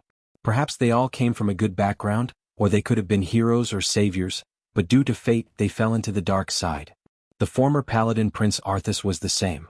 The original Prince Kael, that was the same. Illidan, who was about to appear next, gave Duque a similar feeling. But unlike the previous idiots, Illidan wasn't an absolutely positive character from the start. Illidan was Malfurion Stormridge's twin brother. Like his older brother, the two brothers grew up together with Priestess Tyrande Whisperwind thousands of years before the War of the Ancients. Unlike his older brother, Malfurion, Illidan had no patience for learning the teachings of the Druids even though both brothers had studied under the demigod Cenarius. Cenarius felt that Illidan's current condition wasn't suitable for him to directly learn the mysteries of nature, so he didn't teach him directly. Instead, he suggested that Illidan learn from Malfurion. This decision made Illidan feel defeated and humiliated. For the first time he felt pressure from his older brother. In the end, Illidan decided to focus on arcane magic, which was the mainstream of the Night Elves at the time, and achieved very good results. He had amber eyes, which were rare among the Night Elves before they split. This was usually considered a good omen for his future, even though Illidan didn't show any extraordinary abilities at the time. But what he didn't know was that this was a prophecy from millions of years ago, an unimaginable ancient era. Illidan became addicted to arcane magic and gradually learned more advanced spells. But to his disappointment, the Night Elves' mage army, the Moon Guards, didn't accept him because he had learned high-level magic. However, Illidan still decided to become the kind of hero that his people hoped for in order to win the heart of the beautiful Tyrande that the two brothers fell in love with. His chance had come. It was the War of the Ancients that could destroy all of Azeroth 10,000 years ago. The Burning Legion corrupted the powerful Sarvis and seduced the High Elf Queen Azhara. The Queen opened a huge portal to welcome the arrival of the demon army, and the situation in Azeroth was desperate. At this time, Illidan played a beautiful trick and pretended to obey the Demon King Sargeras. Then, together with his brother, he analyzed the High Elves' magic and reversed it. All the demons in Azeroth were thrown back into the twisting nether by the suction produced by the portal, and its collapse caused the Well of Eternity to explode. He could have become a hero, but he stubbornly built a second Well of Eternity, attacked a group of Night Elves, and killed a Night Elf noble who had made outstanding contributions. He was sentenced to life imprisonment. Chapter 893. If it was a human, even if you were young, anyone would die after a few decades of life imprisonment. But Illidan was a Night Elf, and he was sentenced to life imprisonment after receiving the blessing of eternal life. For the next 10,000 years, Illidan Stormrage lived alone in a very deep underground prison and was personally guarded by the Watcher May of Shadowsong. Anyone who sat in prison for a long time would be full of resentment, not to mention that it was 10,000 years. It was a miracle that he did not become a lunatic. Anyway, Duque did not understand why the original Tyrande would think that a few thousand years of living together could make up for the resentment of 10,000 years of imprisonment and was actually stupid enough to let Illidan out. Since Duque could not change the fact that Illidan had been imprisoned for 10,000 years and his mentality was extremely twisted, then Duque did not plan to stop this from happening. After all, Illidan's so-called fall had little to do with the Alliance. Moreover, most of Illidan's actions were chasing after the Scourge army and then the Burning Legion.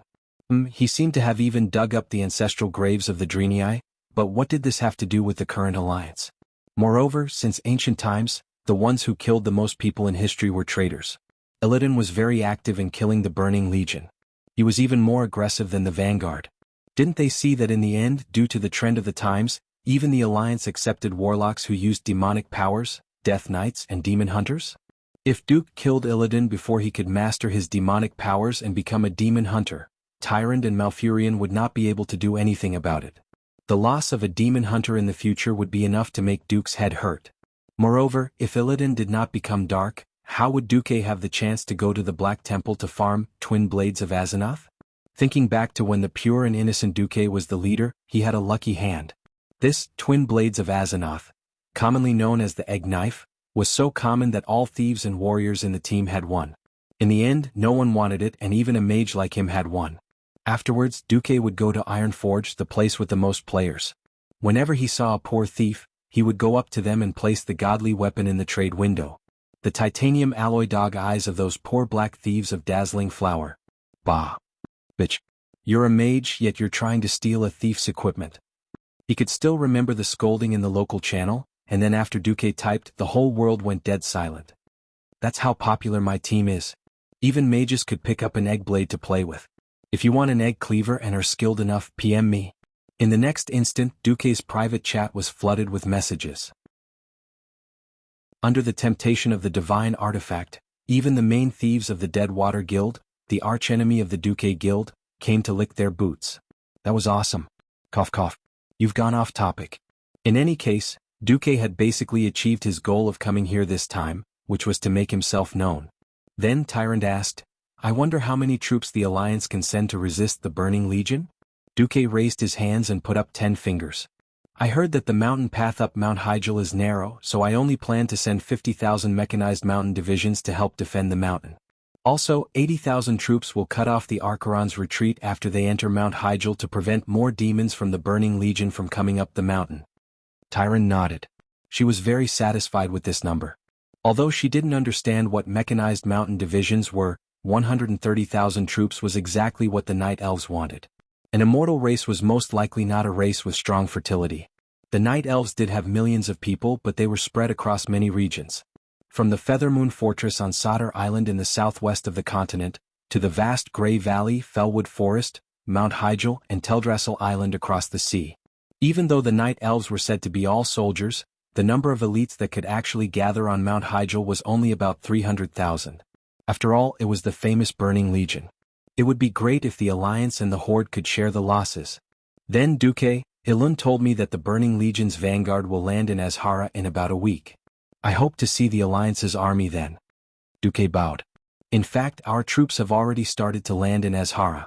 We will be the first and second line of defense to stop the Burning Legion. Duque's words surprised Tyrant, but she was immediately delighted. She had been a little worried that she wouldn't be able to wake up all the sleeping druids before the Burning Legion arrived. Now that the Alliance was so loyal to them, this was definitely a huge advantage for the Night Elves. Tyrant bowed deeply this time. Then I will thank the Alliance on behalf of the people of this world. After meeting Tyrant, Duque directly teleported to the beach in the Azhara region. There was naturally someone there to set up a teleportation circle for Duque. Coming out of the teleportation circle, Duque couldn't help but let out a long sigh of relief.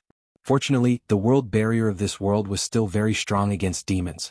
Most demons that were Lord level or above could not teleport from one corner of Azeroth to another. Otherwise, the Alliance and the Horde would be done for. Just wait for death. Looking west from the broken beach of Azhara, Storm Bay was an extremely busy scene. From afar, if you said that it was the famous Normandy landing in World War II on Earth, Duque would even believe it. The effect of Duque's early arrival in Azeroth and the explosion of black technology was fully displayed at this moment. There were countless giant steel warships. From afar, countless chimneys were emitting black smoke. Up close, it was easy to see that almost every warship was a giant steel beast made from thick iron sheets and large rivets the size of a fist. From the huge black holes at the back of the ships, strange rectangular boats were pulled out and quickly rushed onto the beach. One after another, heavy steam tanks followed the road that the mages had reinforced with sand to stone, and drove onto the beach, entering the main road from Azhara to Grey Valley. In the ruins of Edraz near the main road, small teams of Alliance professionals could be seen everywhere. With the help of the beginner Dalajan mages, they cleared out the vengeful spirits in the ruins, the surrounding Naga and all kinds of messy low-level demons, paving the way for the army to advance. Suddenly a voice came. Yo, Duque, I thought you were obsessed with the Night Elf High Priest and refused to come back. Duque bared his teeth. There weren't many people who could mock him so unscrupulously. It was a pity that Sylvanas was one of the few who could do so. Chapter 894. Queen Sylvanas today was beautiful. Now that she was a queen, she could no longer wear the outfit of her former ranger general. Of course, the general equipment was not changed, but the originally low-key green jungle equipment was all replaced with the gorgeous gold jewelry of the High Elves' aristocratic style. At first glance, Duque thought he was looking at the supermodels in Victoria's Secret before he transmigrated. Looking at the two long legs as well as the exposed hemispheres and slender waist, please forgive the shameless Duke for swallowing his saliva. Of course, if one thought that the shiny silver crescent longbow in Queen Sylvanas' hand was some kind of decoration or a sex toy, it would be a big mistake. Taking a demon's head from 1,000 meters away was as easy as taking something out of one's pocket. Using a scimitar at close range to kill enemies was like chopping melons and vegetables. Sometimes one's aura rose along with one's status and identity. She had not been a queen for long, but her heroic and noble aura made people feel a sense of majesty from a few meters away. If Duque was not a Grand Duke and the commander of the alliance, he would not be able to suppress this fierce girl. Since they had kissed and hugged each other, Duke naturally wouldn't mind going up and getting intimate with the woman in his pot. If there wasn't another person around, Duque was a little annoyed, because Jaina was there too. Although she was still wearing the same battle mage equipment, the changes were still obvious. First was the shiny silver crown. Duque was not surprised that the crown of Quell Tiras would eventually fall on Jaina's head. After all, she was the legitimate heir of Dellen's line. The key was that Jaina wore lipstick and light makeup today. In the past, in order to weaken her image as a princess and strengthen her identity as a mage, Jaina would wear a mage's attire all day and never wear any makeup. Of course, she was naturally beautiful and did not need makeup. But with makeup, her lethality was more than doubled. Before Du transmigrated, Japanese makeup technique was one of the 4 great evil techniques in Asia, along with Thai sex change, Korean plastic surgery, and Chinese Photoshop. Jaina didn't hesitate to use one of the 4 great evil arts today. Duke would rather not know why. Jaina was the first to step forward and perform a ladle-like bow from a suitable distance. Of course, wearing a mage robe wasn't bad either. After all, she was wearing the same silver breastplate as always. Duque, thank you for taking over the negotiations with the Night Elves when I was depressed. Now I've sorted out my feelings. I didn't believe in fate before.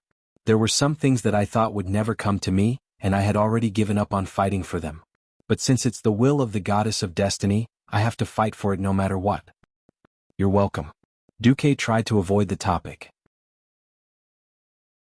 Taking a deep breath, Jaina continued, however, I have to avenge my father and second brother.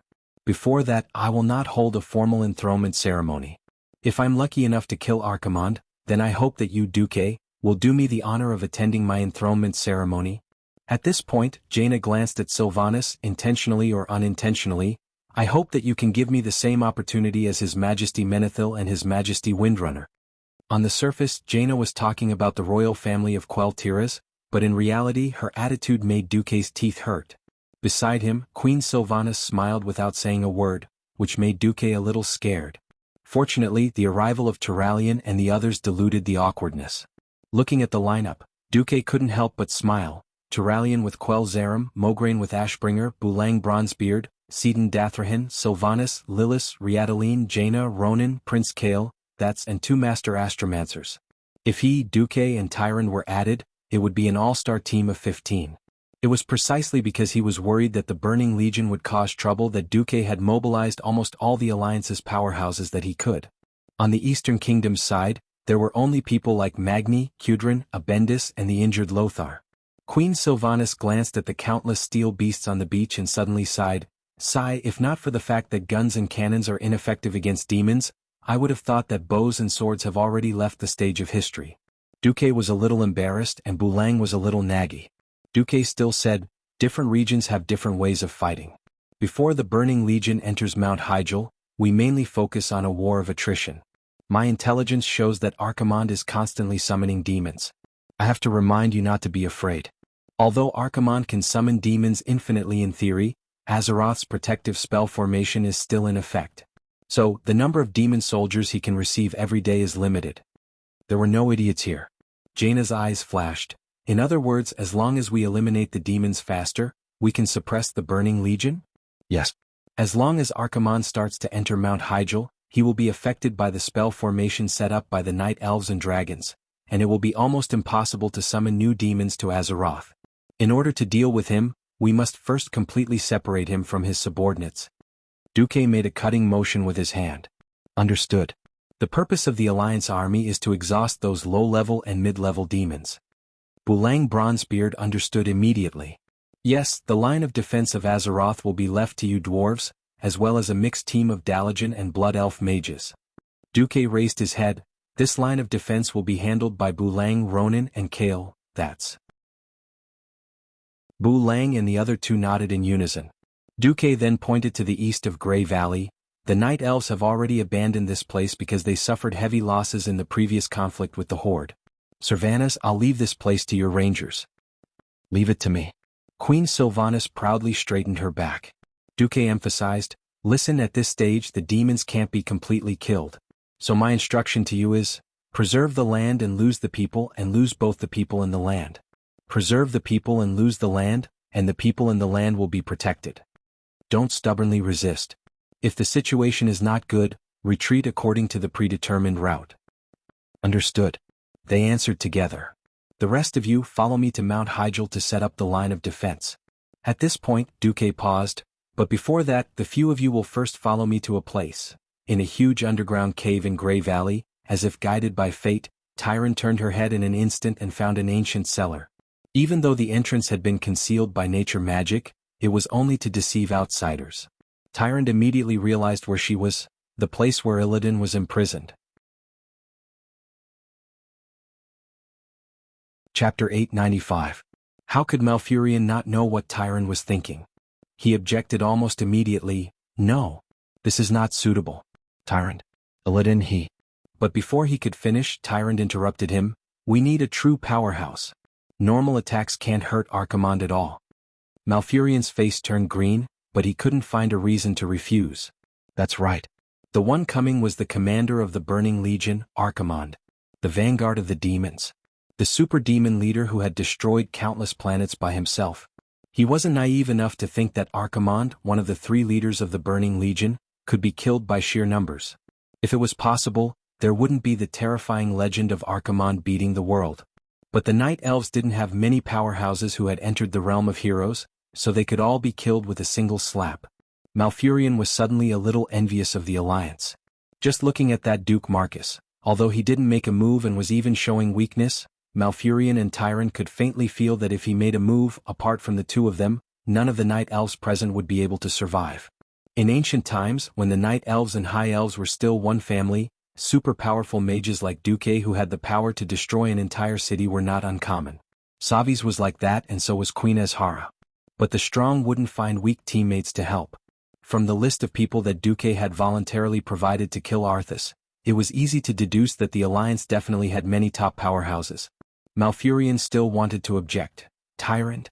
Have you forgotten? How did Illidan end up in prison? Besides, after 10,000 years of imprisonment, we still don't know how he is now." If Malfurion wasn't Illidan's big brother, he might even say something like, "You released another demon to deal with one demon." Of course this was impossible. After all, it was Illidan who had made a huge mistake, and Malfurion had single-handedly protected him. But 10,000 years had passed, and perhaps the little bit of affection from back then had long been worn away by endless loneliness and torture, turning into hatred. Tyron hesitated as well. However, any intelligent creature would be easily swayed by emotions. Even though they hadn't seen each other for 10,000 years, Tyron still made up her mind to release Illidan when she thought of the 3 of them living in harmony 10,000 years ago. After all, blood was thicker than water. Under Tyron's insistence, Malfurion had no intention of remonstrating. However, when she reached the cage, Tyron received a firm rejection. The guard replied, "Illidan's storm rage is the most unforgivable of sinners. If Malfurion and you hadn't protected Illidan back then, he should have received the cruelest death sentence a long time ago." These guards were all diehard fans of Warden Maev Shadowsong.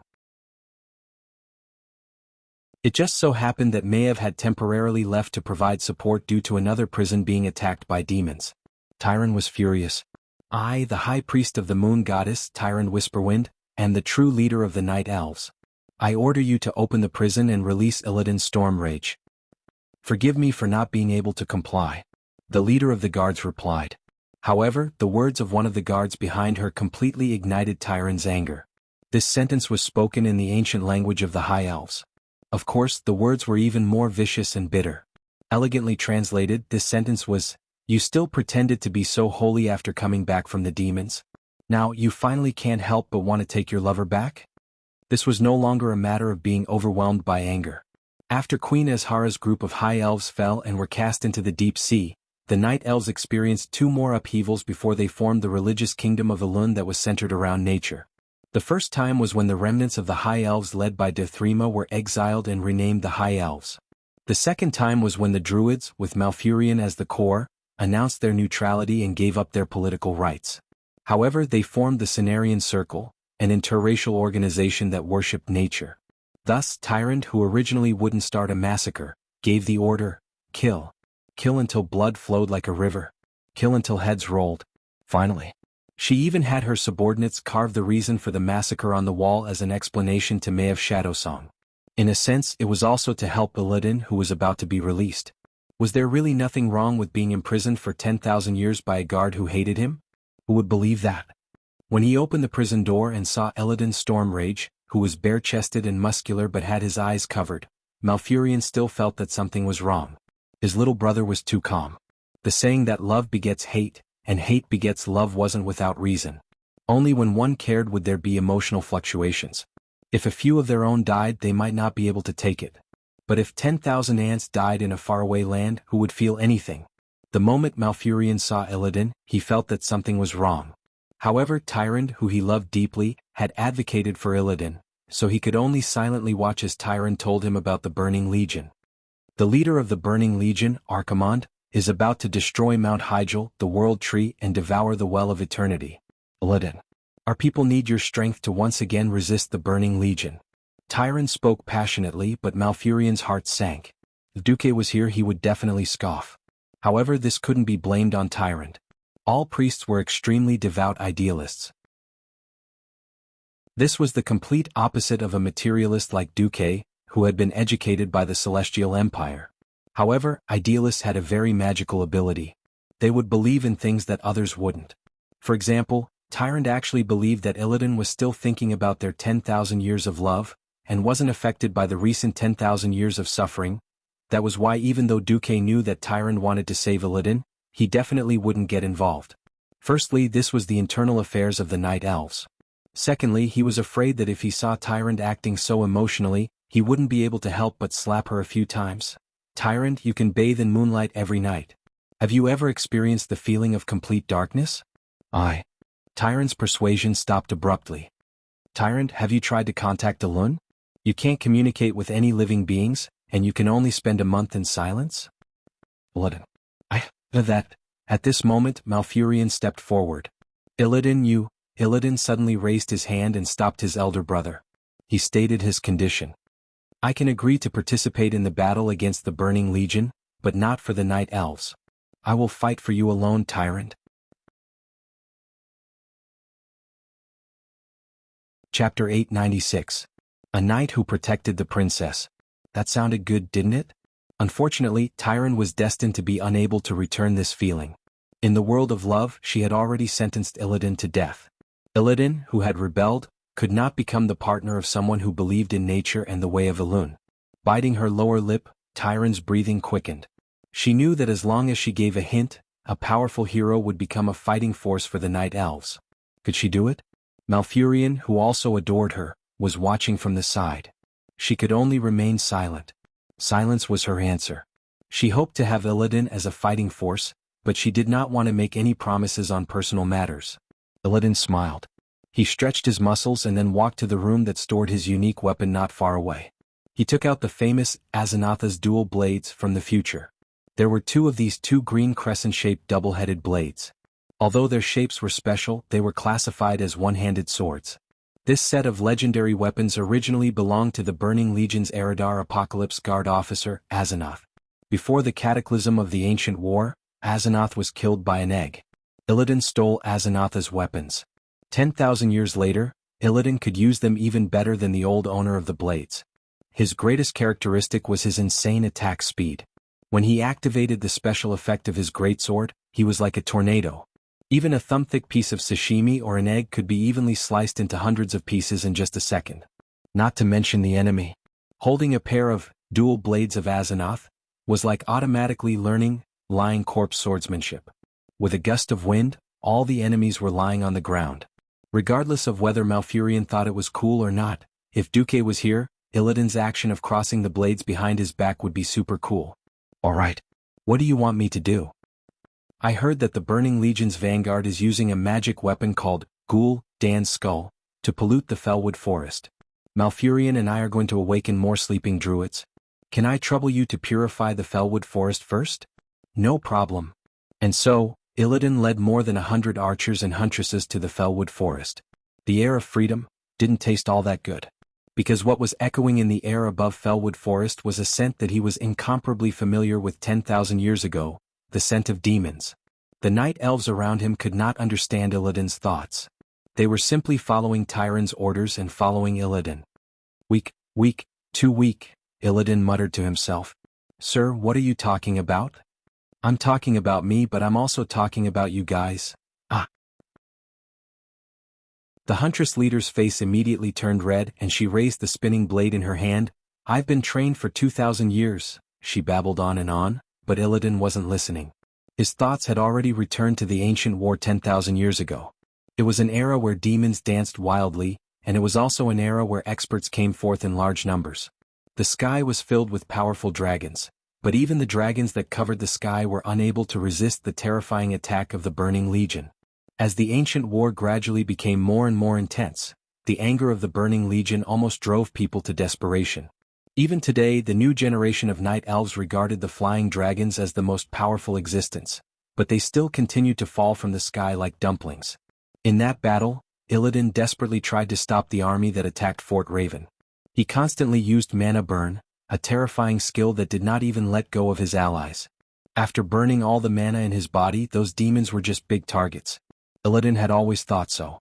Compared to the efficiency of killing the enemy, the moon guards on his side were not worth mentioning after losing their mana and even their lives. Unfortunately, because of his extreme fighting style, he was removed from the position of leader of the mage army. This blow made him even angrier. In the end, Illidan also left the Night Elven army, but he embarked on a completely different path from his brother. He thought that arcane magic could not gain an advantage in war, so he turned to trying to understand and control the power of demons. For this, Illidan chose the most direct method, pretending to join the Burning Legion. Sargeras was very satisfied with this.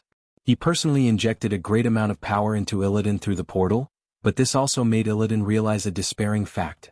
The army attacking Azeroth was just a drop in the ocean. In the countless broken worlds of the twisting nether, there were more hungry demon armies than there were stars in the sky, and they were even more incalculable. What was more terrifying was that the demons could not be killed outside of the twisted nether. Unless their souls could be destroyed, their souls would return to the twisted nether, and soon they would reform into a new body. After learning this horrible truth, Illidan was even more adept at playing infernal affairs. 10,000 years of imprisonment had made Illidan extremely weak. An instinctive hunger kept tormenting him in his body. It was like the orcs who had been controlled by the demon blood of the Lord of the Abyss, Manaroth. The evil demon power had a powerful addiction that outsiders could not understand. His breathing became rapid and his senses became blurred. However, one thing became clearer in his vision. It was a cluster of black light that the night elves around him could not detect. Only the existence that had received the power of demons could clearly see that light pillar. You guys split up into small teams and hunt the demons in the forest. Come back here at sunset. Illidan sent away the sentries who did not want to stay by his side. Just 10 seconds later, Illidan tilted his head to the left and said coldly, "Come out. My eyes are blind, but the demon fire in my eye sockets allows me to see everything I should see."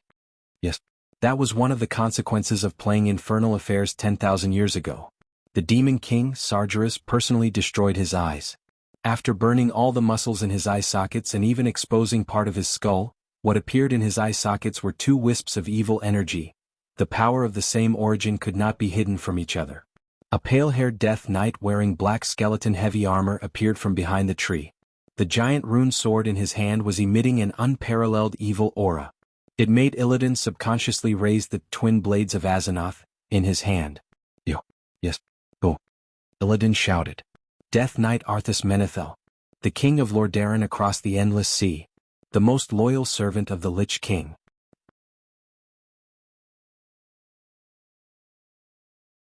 Chapter 897. Illidan's muscles twitched. If he still had eyes, it would have been a squint.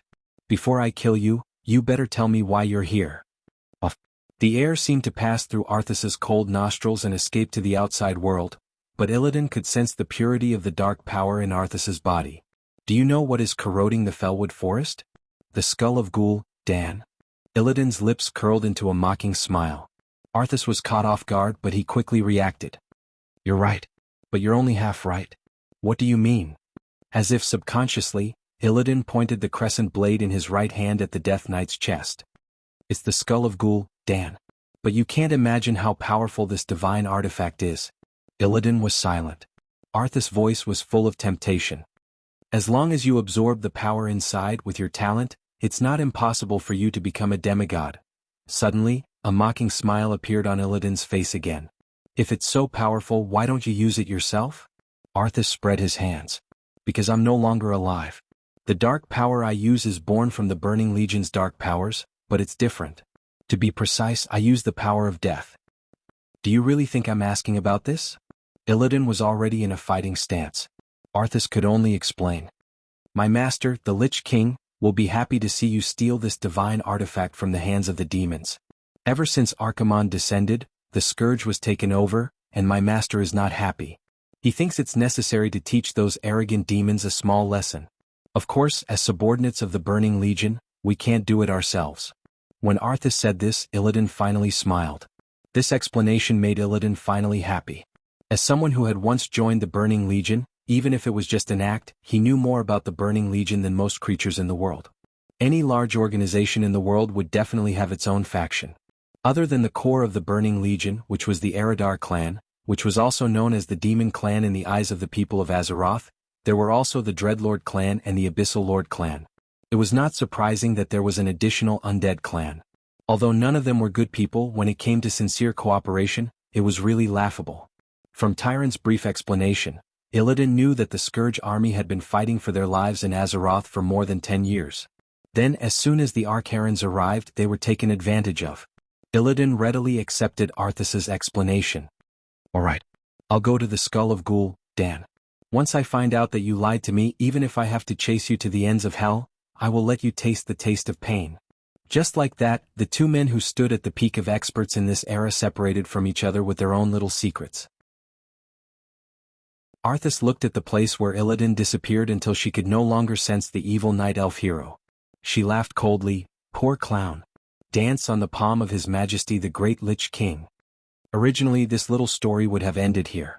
Illidan would have fallen again, and the Lich King's Scourge army would have used this opportunity to escape from the Burning Legion's control. But, just as Arthas called for Kel'Thuzad to open the portal, an accident happened. Crack. Without any warning, a golden light suddenly shot out from the void that was supposed to open the portal. Even though Arthas had fought many battles, he only had time to pull out a half-parry posture. It was a terrifying golden light that seemed to be able to split the entire chaotic dark world in half. The left shoulder of Arthas's epic armor was instantly shattered and evaporated in the golden light. Who is it? Although he was not injured, Arthas's shocked and angry voice was like that of a seriously injured beast.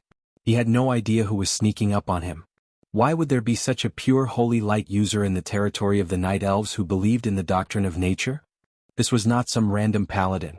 The ones who came were definitely those who stood at the peak of the paladins. Arthas, who was screaming, did not intend to sit still and wait for death. Come out, my servant. An evil black aura suddenly exploded from his body. It was like throwing a big bomb into a calm lake. The sudden burst of dark power summoned more than 100 elite skeleton monsters in one breath. Some were giant bears that had been dead for a long time, and some were half-rotten nightsaber. They all broke through the shackles of the soil from all corners of the forest and crawled out to answer the call of their new master. However, it was useless. Another beam of golden light shot out from the void. It was different from the golden light just now. If the previous one was an invincible sword light, a sharpness that could cut through everything, then this one was a heavy hammer that could crush everything, a light that could purify the world. Arthas was incomparably shocked to find that the undead he had just summoned had actually turned into ashes in an instant. Around him, less than 10 centimeters above the ground, purple portals suddenly opened one by one in the air. What followed was a group of people that Arthas absolutely did not want to see. Alessandro? Are you here to avenge Tyreenus? Arthas bit his lip. You killed the king's father's unfilial son. You have no right to call your father and me by name. Mograine's face was ferocious, and he looked like a small sun burning with golden flames. Arthas, after you killed your father, have you ever regretted it? As if he was joking, but also as if he was talking about something extremely serious, Sidan Dathrahan, who was carrying a huge long-handled warhammer, stepped forward from the left of Arthas. Don't talk too much to this fallen. Destroying evil is the duty of us holy light guardians. On Arthas' right, Turalyon pointed the divine sword, Quell Azarim, at Arthas' neck. Just these three paladins alone were enough to make Arthas' scalp tingle. And that was not all. Behind him was Duque, who had his arm around Queen Sylvanas' waist. A little further away were Lilith, Riadaline, Jaina, Ronan, and Kael. That's. Other than Jaina, who seemed to be joining the battle, the other four were obviously guarding against the reinforcements that Arthas might find.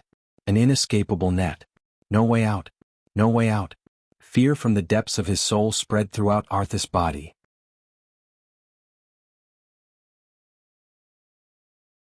Chapter 898. How is this possible? Why would Duque and his strongest subordinate appear here? Isn't this a top-secret mission that His Majesty the Lich King personally gave me? If Arthas could still sweat right now, then it would definitely be drenched in cold sweat. Other than the Lich King, only he and Kel Thuzad knew about the matter of seducing Illidan. Unfortunately, there was no time for Arthas to think about life. The dazzling light arrived in a flash. Along with his long golden hair that fluttered in the wind, Mograine was even more terrifying than a roaring lion with its bloody mouth wide open. The gigantic Ashbringer came crashing down, and the golden holy light that came crashing down like a tidal wave was enough to make Arthas' soul tremble uncontrollably. This attack reminded him of his teacher, Uther. Perhaps this golden light was not as pure and holy as Uther's. It was even mixed with anger that could be exploited in the eyes of a schemer. However, hatred of evil was also a powerful spiritual power. Under the extremely exaggerated enhancement of this divine artifact, there was a moment when Arthas felt that her power of darkness was as insignificant as a boat that was about to be engulfed by a monstrous wave. If Arthas was still the Arthas who had just killed his father and had not yet completely fallen, he might have been defeated by this attack. Things were different now. He was not afraid of a mere Mograine. Invincible. The Death Knight called out to his beloved horse. The undead warhorse, which had been dead for a long time and had long been firmly connected to Arthas' soul, leaped out of the void. In the blink of an eye, it had already become one with Arthas and his horse. It was a charge that was almost beyond the limits of what the naked eye could see. Mograine's furious attack easily turned the 120-degree fan-shaped area in front of him into dust. Arthas and his beloved horse weren't within this range, and they managed to rush out at the last moment by a hair's breadth. If not for Turalyon's extremely calm interception, Arthas' escape would have been perfect. However, Turalyon, who was known as the calmest and most intelligent of the 5 Silver Saints, had the most vicious attack. He took a big step forward and swept his sword horizontally. It looked like an extremely slow sword, but just when you thought it was far away, it was already within your reach in the next instant. Just when Arthas thought that there was only 1 foot left, the golden edge of the divine sword had already sliced open Arthas' eyes. Left with no other choice, Arthas abruptly sucked in her abdomen and tilted her neck back to avoid Turalyon's attack. Turalyon's attack was obviously an open and above-board attack, but it looked like a sneak attack. At this time, Saidan's holy warhammer arrived. Unlike her 2 rich companions who had divine artifacts, Saidan's warhammer was only of the epic grade. Of course, he did not dare to fight the famous Frostmourne head-on. However, as one of the 5 Silver Saints and the most skilled Holy Knight, he was the first Holy Knight to be able to use his hammer so skillfully. His steps were steady, and he always left some leeway in his advance and retreat. Then, the feeling that his hammer gave others was an embroidery needle. He was clearly aiming for Arthas' left shoulder, yet the hammer had landed squarely on the right side of her ribs. Arthas hurriedly adjusted the position of Frostmourne, but without even making contact, the huge hammer was easily swung away. By the time Arthas realized that this was an incomparably gorgeous feint, Mograine's next sword had already swept over with the Holy Knight's holy seal. Arthas croaked, "Despicable. Is this the way of justice of Holy Knights?" As soon as she finished speaking, the 3 holy light blasters immediately sprayed. Justice only exists between the people of conscience. Turalyon was the most polite. Fallen one. Receiving the ultimate judgment is your only fate. Mograine fired directly. You want justice? I have the holy seal of justice here. Come take it. Saidan was as glib as ever. Beside him, Duque was also speechless. Was this idiot really stupid? Talking about justice with a bunch of people who were born as swindlers? A holy knight who could not use holy light to fool the enemy was not a good holy knight. Hadn't they heard of the story of the 5 kidney warriors and the goddess that could not be told? Not only were holy knights unkillable, if you really wanted to reason with them, you would not be able to deal with them. Perhaps this was why when Du dueled with a holy knight in the game, it would often turn into a bladder match, and whoever could hold in their urine the best would win. But in a war of attrition, Arthas with a normal brain knew that it was disadvantageous. The two holy light artifacts were a great threat to him. If it was a one-on-one, he was confident that he could win with the shameless trait of Frostmourne, but 1 against 2 was already a bit difficult. 1 against 3. Unless he opened up a gap in a short time, he would be exhausted to death. This was what Duque planned to do. After all, Arthas was not the Lich King who could beat up many strong people. So he knew that Arthas would definitely choose to break through. And the direction to break through was naturally Saidan Dathrahan. Among the 3 muscular men who were besieging the idiot, only he did not have an artifact. If he did not break through, who else would he break through? After hanging around in Azeroth for so long, Duque had figured out that the first prerequisite for the so-called hero domain was to become a professional who was proficient in the 3 major talents of the profession. For example, if a mage was not proficient in Frost, Fire, and Arcane, they would be embarrassed to call themselves an archmage. As one of the 5 Silver Saints, Saidan of course liked to play with a 2-handed hammer. Like playing golf with a fly ball, a downward swing would directly hit a zombie's head dozens of meters away. This was his favorite entertainment on the battlefield. But against Arthas, Saidan could not be too careful. In the face of the counterattack of Frostmourne, since he was holding a one-handed hammer in his right hand, Saidan's left hand was, of course, a shield. The epic shield that directly blocked was unsurprisingly destroyed by the rune greatsword. So what? Saidan had already predicted that the shield would explode. Even the direction of his arm to block was parallel to the magic sword. The moment the shield exploded, he directly diverted the force and dodged. Anyway, Mograine and Turalyon would be able to kill him in the next moment. What infuriated Arthas the most was that Saidan had brought more than a dozen epic tier shields with him. He was constantly conjuring shields from his storage space. Even if one of them was destroyed, he would immediately replace it with another in the blink of an eye. One had to know that Arthas was almost taking the fierce attacks of the others. After dodging Mograine's slash with great difficulty, he had to take several attacks from Turalyon on unimportant parts before he found the opportunity to attack Saidan. Not to mention he was also taking the surprise attacks of Sylvanas and the woman he once loved the most, Jaina.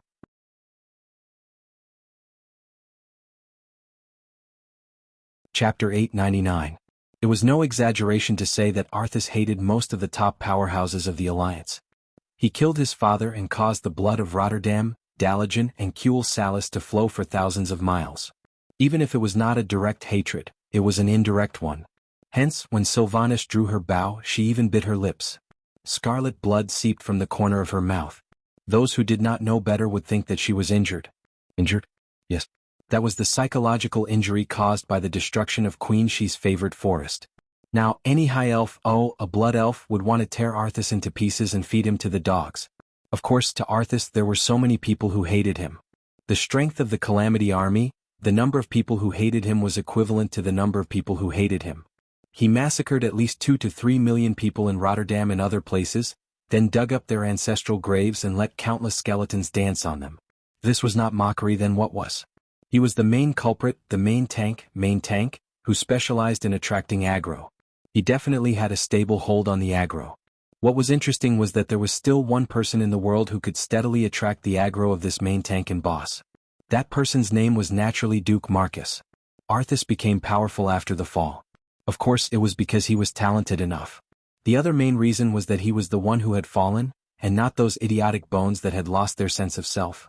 Those things, even if they had strong attributes, could easily find their flaws and destroy them. Hence, his hatred for Duque had never disappeared. Previously, Duque had used Jaina's illusion to tease him in front of the Dalagen city and asked his men to chop off one of his hands. Then Jaina personally came to beat him up. The humiliation of being defeated. The humiliation of having his wife stolen. Almost the moment Duque appeared, Arthas's entire soul was ignited. After coming to this world, Duque had learned many things. However, there was one thing that he definitely did not learn well, and that was the etiquette of the palace. Many times, when he needed to use it, he would pull it out of the system and record it into his mind, then delete it. Duque didn't know that there was an ironclad rule for rulers and leaders, even if they were walking on the road. Didn't you see in the news that whenever Chief Number 1 appeared on the stage, he would always be the first one to appear before the others? Just now, when he casually walked out of the portal, the other people who wanted to surround Arthas were fine, standing in their respective positions. But Duque came out with his arm around Queen Sylvia's waist. It wasn't a ball. It had nothing to do with etiquette. In broad daylight, they directly hugged each other without any barriers. If you say that your sister is having an affair, you're really lying with your eyes wide open. All right, I'll pretend that I didn't see your passionate adultery, okay? The problem was Gianna. As soon as she appeared, she caught Arthes's attention. However, Jaina's position caused Arthes to feel a sense of humiliation and anger that came from the depths of her soul. It was a position with a special meaning. Among the nobles, only those with the same status could stand side by side. Only the king or the queen could stand next to the king. Duque was a Grand Duke. According to the rules, he was not qualified to appear side by side with Servanas, even if he came out of the portal. If you, Duque, are the commander of the alliance, according to your military rank, you shouldn't be. Well, even if you're the husband of the queen of the Sindorii kingdom, you should still be half a step behind. Since ancient times, those who lived off women were looked down upon. The son-in-law of the Celestial Empire, the husband of the king of Azeroth, and so on were all borrowed. They were used as mascots in important ceremonies, but usually they were trash. Why should Jaina, who wore the queen's crown, be half a step behind Duque on the left? She was further than the subjects but closer than the queen. What position was that?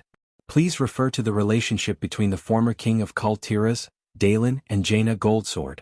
If Arthes could still deceive himself with the lame reason that the 3-meter-wide portal was slightly narrow when he first appeared, then as the battle went on, he could no longer deceive himself. Why was Servanas able to fire at full strength and play with aim shooting that needed to be charged up? It was because other than a few paladins, she had Duque to protect her. Jaina was also protecting Duque.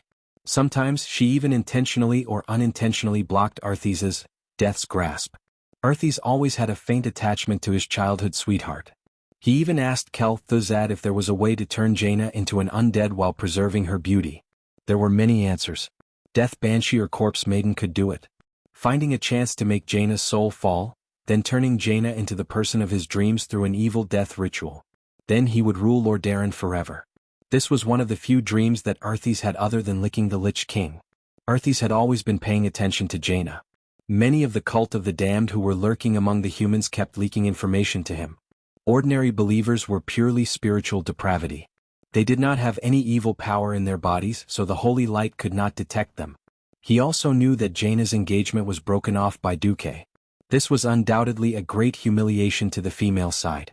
Arthes even felt that his chance had come. But now everything was broken. He never thought that Jaina, who had already broken off the engagement and inherited the throne, would still be protecting Duque and Duque's new love. This kind of discomfort was 1,000,000 times more painful than being thrown into the flames of death. He finally couldn't take it anymore and roared at Jaina.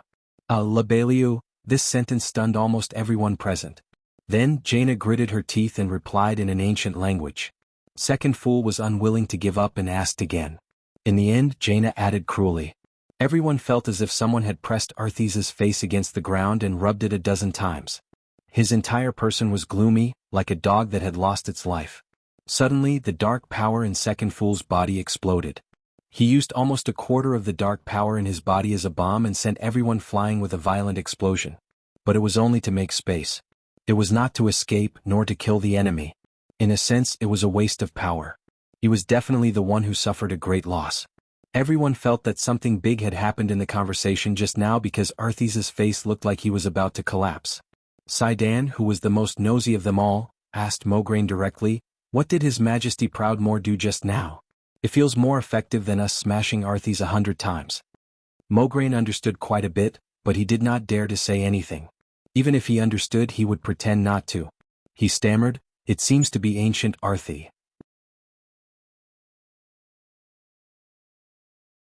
Chapter 900. 2,800 years ago, Thoradin the Great unified the human race. The Arathar Empire rose from the Arthi Highlands, so the ancient Arthi language was the predecessor of today's common human language. But with the passage of time, the ancient Arthi language, which was difficult to pronounce and full of meaningless meaning, became a ceremonial language that was only used by the royal families and ceremonial officials during the most important sacrificial ceremonies. Except for the true aristocrats or ceremonial officials who had been passed down for nearly 3,000 years, no one would learn it. There were so many people present, and they were either elves who disdained learning the human race's special language, or a bunch of human powerhouses who were born ordinary people. It was reasonable to say that even Mograine, who was more like a warrior, could not understand all of it. There would not be a fourth person present who could understand it. But looking at Arthis, who was trembling all over, and Jaina, whose chest was heaving up and down, Duze was extremely annoyed. Ever since he crossed over to Azeroth, Duze's system elves would collect all the sounds around him, regardless of whether Duque noticed or not, and would automatically analyze and translate them. So when Duque said that Azeroth was the overlord of all languages, it was absolutely not an exaggeration. So Duque understood it. In layman's terms, the 4 sentences were, Arthis, why do you have to help Duque? Jaina, because your boss Archimonde killed my father, big brother and other relatives. I want revenge. I want to destroy the Burning Legion. At this point at least it was politically correct, wasn't it? But from the 3rd sentence onwards the meaning changed. Arthis called for surrender. There is no hope for this world. The Burning Legion is destined to win. Why don't you come earlier? Even if you were once Duque's fiancé, I don't mind. I will make you my queen and rule the world of Azeroth forever. If there is a chance, I will help you overthrow the Burning Legion. Words should not be spoken carelessly. Since ancient times, many people had lost their heads because of the wrong words. If it were not for the Lich King Nazul's rebellion, Arthis, as Nazul's loyal dog, would not have dared to say such words. He thought that he had truly fallen and was ruthless, but his memories and once lost emotions still made him impulsive. As soon as he spoke the truth, he regretted it. If Jaina really gave in, he would feel that he had profited. Duke and Sylvanas, that adulterous couple, are showing off their love. It blinded your eyes. Miss G, he doesn't love you at all. Why do you have to suffer with him? Why don't you come here and be a queen? Who knew that Jaina's ultimate weapon would descend without warning at this moment? The original text could no longer be examined. Anyway, the sentence that Duque's system elf translated for Duque was very old-fashioned. I'd rather be the concubine of a hero than the wife of a monster. It was no wonder that the noble Prince Arthas Menethil, the self-proclaimed king of Lordaeron, had suffered 100 million damage to his soul. Throw them out of the atmosphere and straight into space. Are there any? Jaina actually declared, even if I become the queen of the 7 kingdoms of the humans. I'd rather be a nameless mistress for Duque than be the queen of Arthas. This was practically digging out his burning heart, throwing it on the ground and smashing it into pieces. Then, spitting on it, peeing on it, and soaking it in a cesspool for 49 days. Finally, pulling it out and parading it on the streets for the world to know. Saying it was an insult was overestimating the word, insult. Tie his body to the pillar of shame and whip it for 10,000 years was not enough to describe the humiliation he had suffered. Arthas broke down. On the other side, Duque bared his teeth and thought, damn, no wonder Jaina became the heroine of history. With this mockery, she is clearly the #1 main tank in the Alliance. What was tragic was that Duque had to pretend not to understand. He asked Jaina with concern, what did you say just now? Why did Arthas' expression change so much? Even though Jaina was thick-skinned, she still felt ashamed when she recalled what she had said in a fit of anger. Even the fair skin above her breastplate that was exposed to the air was flushed seductively. Oscar Award winner Best Actress Jaina puffed out her chest and sucked in her stomach as she spoke righteously. She looked as if her skin was flushed due to excessive excitement. This despicable and shameless demon who killed his father and teacher and slaughtered millions of lives of various races actually has the cheek to ask me to be his empress. I have mercilessly rejected him. Damn it. Truly merciless. The future Lich King, a super boss who was originally an incomparably famous villain in history, was completely trampled on by you. Alright. A certain Du was secretly delighted in his heart. This was not the social butterfly Jaina who had romantic entanglements with several powerhouses in the original history. In this life, Jaina had been sent to the Marcus residence when she was still a lowly. She had been a disciple and had been a widow for 10 years without marrying Duque. He had even cruelly broken off their engagement. She was still the original even now. If there was anyone who had wronged someone, it would definitely be Duque who had wronged Jaina. If this was some fantasy novel about breaking off an engagement, and Ji Outyen was the male lead, then Jaina would definitely be Ji Outyen. But this noble Jaina, who was now a queen, had actually said such words out of excitement. How could Duque not be pleased? Even if he didn't dare to show it on his face. It was so good that it felt like all the pores on his body had eaten a ginseng fruit. If he could like Jaina's post, Duke would definitely hire 10,000 people to give Jaina a trillion likes and send Jaina straight to the headlines. Compared to Jaina's move, Ji Aoyin's following performance as a movie queen was nothing. Jaina pretended to be frightened and stood behind Duke. She hugged Duke's right arm with both hands and clamped his right arm with a pair of magic peaks exaggeratedly. She said, "Duke, I accidentally angered this demon. You must protect me." "Alright. No problem. Leave it to me." Duke, who often looked like a hero but was actually a coward, really took care of everything this time. Ji Aoyin had already said so much. If you don't protect her and let her be snatched away to be the wife of a ghost, are you still a male pig? This time, not only Duke stood in front of Jaina, the three holy knights also quickly adjusted their positions. Mograine and Turayan were like two door gods, standing in front of Duque, one on the left and one on the right, while Sidon stood behind Arthas. Duque hooked his right index finger at the two idiots in an extremely pretentious manner. "Come on. Let's hurt each other." Chapter 901. Mutual Damage. My *SS. Although the Alliance had gathered almost all of their strongest players to fight Arthas as if he was a boss, everyone knew that they were in trouble this time. Last time, the Alliance and Horde powerhouses besieged Arthas near the Dalajan, but they did not manage to take him down. The most important reason was that Frostmourne was too overpowered. Not only was it extremely sharp, but it also healed itself, weakened the enemy's will, released Frost Aura, and many other powerful effects. Ordinary epic weapons could not do anything to Arthas. If they were to fight head-on, the weapon would be broken in one hit. This was simply a collision between a bronze sword and a steel sword. There was no solution. Otherwise, why would they have to sacrifice Orgrim? At that time, of course, it was because the Dreadlord had saved him, but ultimately, it was because the Alliance and Horde were not strong enough. But today was different. Quell, Zarim and Ashbringer, the two artifacts, held the fort. Sidon focused on defense and Servanas madly dealt damage. Speaking of which, the surrounding powerhouses, including Duque, did not do much from the beginning to the end. Not to mention one Dreadlord. Even if half a dozen came, Duque was confident that he could hold on for more than 15 minutes. After all, not every Dreadlord was as powerful as he was. Moreover, Illidan had already gone to find trouble with the boss of the Dreadlord, Tichondrius. Therefore, there were only 3 Dreadlords who were truly qualified to effect this battle. Excluding those who were still in charge of Lordaeron, there was only one Dreadlord who could come. Moreover, the Dreadlord was following Archimonde's orders to take over the Scourge army. Under normal circumstances, no one would come to save Arthas except for the people from Nazul's line. Now was the time when Nazul's line was at its weakest. After thinking about it, the only one who would come to save the two fools was the loyal Kel Thuzad. But a Kel Thuzad wanted to save them? That was underestimating the Alliance. Almost at the same time as Jaina provoked Arthas again and sought refuge with Duque, a portal suddenly appeared less than 2 meters away from Arthas. At the same time, several huge portals the size of basketball courts appeared above everyone's heads. From inside, countless powerful undead monsters poured down as if they were free.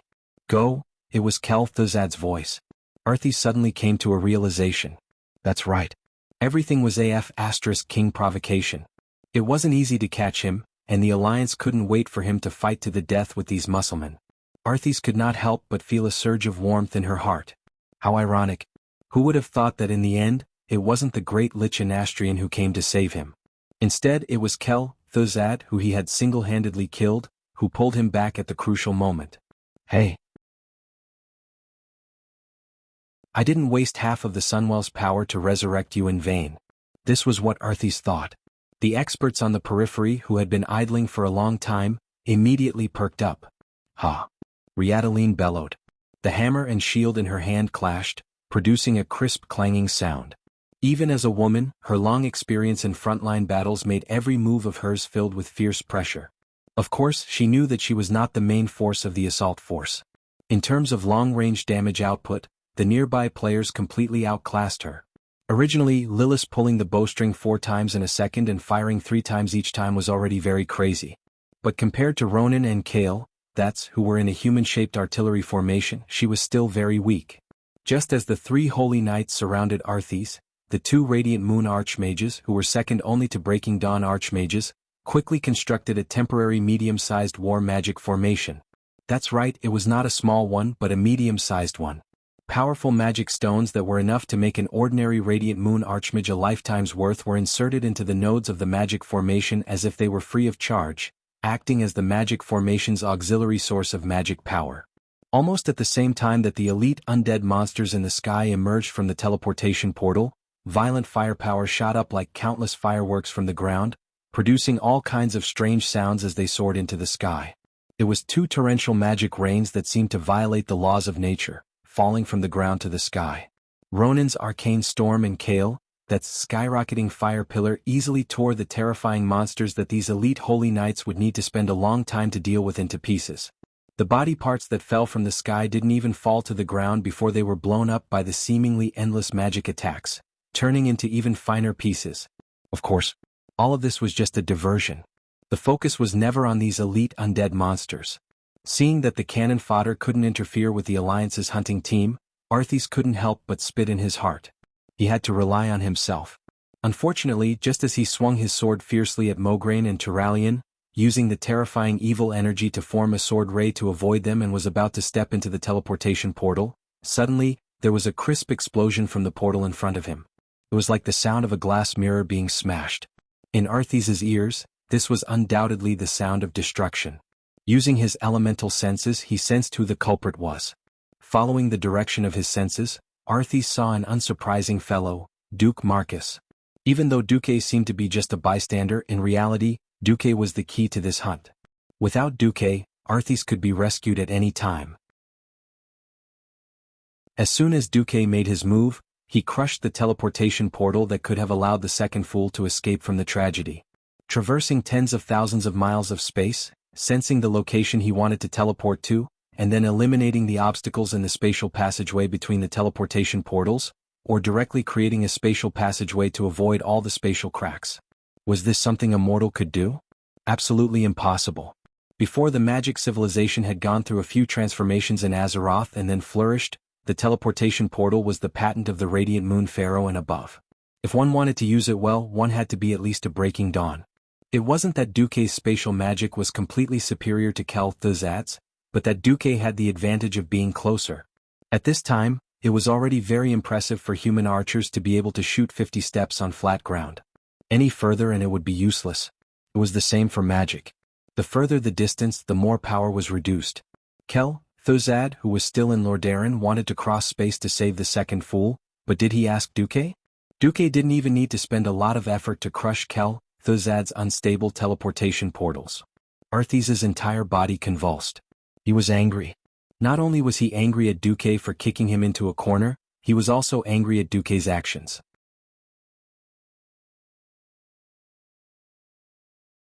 Chapter 902. That was because it wasn't Jaina who was hugging Duque, but Duque who was acting righteously was protecting Jaina. Yes, he was hugging her back with his right hand, while his wrist went under Jaina's armpit and hugged her. Although the claw seemed to be subconsciously resting on the right side of her breastplate, it looked like that bastard Duque was holding her breasts. Jaina wasn't an idiot, nor was she an ordinary woman. The ice element surrounding her body was connected to her magic circuit. It wouldn't be an exaggeration to say that the ice element around her was her second layer of skin. How could she not sense Duque's little action? What the hell was that she had said those harsh words? She would rather be Duque's lover than Arthas' queen. Now that your lover is here, if Arthas notices anything that you're unwilling to do, everything that you've done before will be for nothing. Jaina even began to suspect that Duque, who was a bumpkin in the eyes of other nobles, didn't understand ancient Arthi. Fine. That wasn't the point. Jaina had never rejected Duque from the beginning. Unfortunately, a woman chasing a man with a veil was a deadly veil that she couldn't pierce even after a dozen years. Furthermore, after Duque supported her in developing Theramore and promised to help her kill Archimonde on Mount Hyjal, her sincerity, which she had never truly given, seemed to be showing signs of melting. It had nothing to do with a terrible and helpless political deal. It was purely the admiration of a strong woman toward a man who was willing to support her career. It was the faint admiration of a woman toward a hero who was willing to help her take revenge. So what if I'm a lover? Even if I'm a lover, it's better than becoming the queen of an ugly, undying monster. Jaina really thought that way and did it. Even though she knew that Duque was mocking Arthas and that it was likely an act, Jaina didn't mind making it real. So, she snuggled into Duque's arms with a satisfied and incomparably seductive expression. She wanted to take revenge on Arthas with her actions. That's right. It was you who summoned Archimonde, you bastard. No matter how much I hate my father, even if I can't inherit the throne because of my big brother, that's still my family's business. It's your fault that the demon you released killed my father and big brother's family. You're also my enemy. Jaina, the social butterfly in history and the movie queen of this world, played the role of a lover brilliantly. She didn't mind the existence of Sylvanas, who was theoretically Duque's legal wife. Her vivid expression was clearly saying, "Darling, harder, harder." The movie queen's performance provoked Arthas's anger. Very rarely, when Kel'Thuzad's rescue became impossible, Arthas lost her mind. Ah! As Arthas shouted, the Frostmourne in his hand suddenly changed. The long and wide blade instantly became dark and gloomy, like the suction of a long vacuum cleaner, swallowing the dark power within an unknown radius of countless kilometers. Then Arthas began to charge. It was a death charge that contained the strongest power he could gather. Every step he took on the ground would cause darkness within dozens of steps. Plants would wither and all living things would wither. Mograine and Turalyon used both hands to hold the divine weapons in their hands tightly. The golden light of Ashbringer and Quel'Azerim became even more dazzling and resplendent. An opponent who was enraged to the point of losing his mind was the best prey in the eyes of a hunter. But the craziness of a cornered beast meant that one mistake would cost them their lives. Every strong person's face was full of solemnity. Finally, the first attack without any fancy moves came. It was an extremely simple head-on chop. It was a posture without any technical content. Almost every warrior had practiced this chop tens of thousands of times since they were young. It was because it was simple that it was pure. Mograine could dodge, but he couldn't. Behind him were Duque and Jaina, and further away was Ronan, who was standing in the magic circle and unable to move. He could retreat, Duque and Jaina could retreat, but Ronan would definitely be out of luck. They were going to fight the Archherons soon. If possible, it was best to preserve the combat power of every strong person. Moreover, speaking of righteousness, Mograine had never been afraid of anyone after obtaining Ashbringer. In the next second, a heavy collision of light against darkness, strength against strength, shook everyone's eardrums. Bang! It wasn't the clanging sound of metal colliding, but the surging explosion of two masses of energy colliding. The entire world seemed to be divided into two halves at this moment. To the south was Mograine's blazing light. To the north was Arthas's cold darkness. Light and darkness collided violently, bursting forth in this place. Within a radius of 100 meters, everything that had nothing to do with light and darkness was crushed into powder by the violent energy. Unfortunately, this was the decaying Fellwood forest, which was filled with the power of death and evil. In a sense, this was already half of Arthas's home ground. Mograine was very strong. His wild and pure holy light was amplified by Ashbringer, and he could suppress Arthas in terms of individual strength. However, Arthas never fought alone. Frostmourne stored the power of darkness refined from nearly 10 million vengeful spirits. Arthas, who was going all out, sent Mograine flying in a single blow. But it didn't matter. In the next moment, Turalyon had already arrived. Without giving Arthas any time to react, Quel'Azerim's golden light dazzled Arthas's undead vision. Another head-on collision of light and darkness. This time it was launched while Arthas's old strength had just dissipated, and he hadn't recovered yet. Turalyon was halfway to success. The brilliant golden light suppressed the dark light, causing Arthas to stagger and take 3 steps back. Good chance. Saidan Dathrahan seized this opportunity and pounced from behind Arthas. Arthas's rune sword had been hit to the left. In Saidan's view, this fallen prince had only 2 directions to attack. One was to take advantage of the situation and stab Frostmourne from the left, but this would hit the big shield that Arthas had prepared. The other option was to use a stronger force to pull out the sword and turn around to slash. This was certainly powerful, but the problem was that such a move would take more time. If he couldn't hit the enemy, everything would be useless. Saidan also guarded against the right. But the terrifying Frostmourne stabbed from an angle that Saidan never expected. It wasn't until the evil black blade pierced through the armor and muscles of his chest that he realized what had happened. Arthas pierced his abdomen with the magic sword and then stabbed him. Mortals would die together in this way, but Arthas was an undead.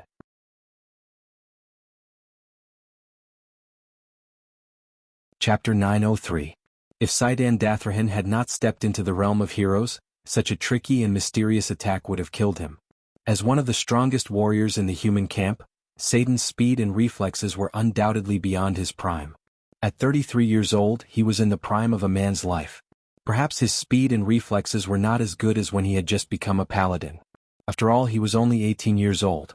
But after so many years of military life, his combat skills and awareness were undoubtedly at the peak. From the beginning of the Second World War at the Dark Portal to the second invasion led by Nazul, to the repeated tug-of-war with Grom Hellscream's Warsong clan in the Tirisful woodlands, Saidan had always been on the front line. So in the end, even though Frostmourne had already pierced through the line of defense formed by his sword and shield like a venomous snake, and pierced through his chest armor, he could even feel the instant pain from his chest and the numbness from the ice seal. Even though the bystanders cried out in shock and everyone thought he was going to die, he did not give up. It was a backward lean similar to the Iron Bridge of China's Kung Fu. In Azeroth's combat training, there had never been such a posture. Lordaeron's swordsmanship training focused on the extremely strict T-step, where the toes were almost 90 degrees apart. This way, whether it was advancing or retreating, moving left or right, it was very flexible. However, only experienced warriors who had fought against the Horde for a long time would understand that in the face of enemies like the orcs, whose strength and speed were far superior to their own, the T-step was nonsense. In the face of such overwhelming power, as long as he used any method, no matter how pathetic he was, he could teach those flawed orcs a lesson after dodging the first blow. Saidan knew that if he leaned back like this, as long as Arthas's magic sword pressed down, he would still be a corpse. In that case, he would at most live for a tenth of a second longer than before. But he had to gamble. He gambled that someone would come to save him in the next moment. This person would not be Mograine or Turalian. Both of them had tried their best. Then, would the final redemption in despair come? Saidan prayed in the darkest of despair. Then he saw light. Golden light. Normally, non-clerics could not have golden light. However, the unquestionable divine aura told him that it was indeed holy light. Saidan's mouth was wide open. It was as if he had seen the arrival of an angel who could slay evil and exorcise demons. Although the angel looked very strange, he was wearing the typical Stormwind blue and white knight's uniform with gold trim, but he was not wearing a single piece of armor. The angel who descended from the sky held a staff that emanated a purplish-blue radiance in one hand and a golden holy sword that seemed to be used for important rituals in the other.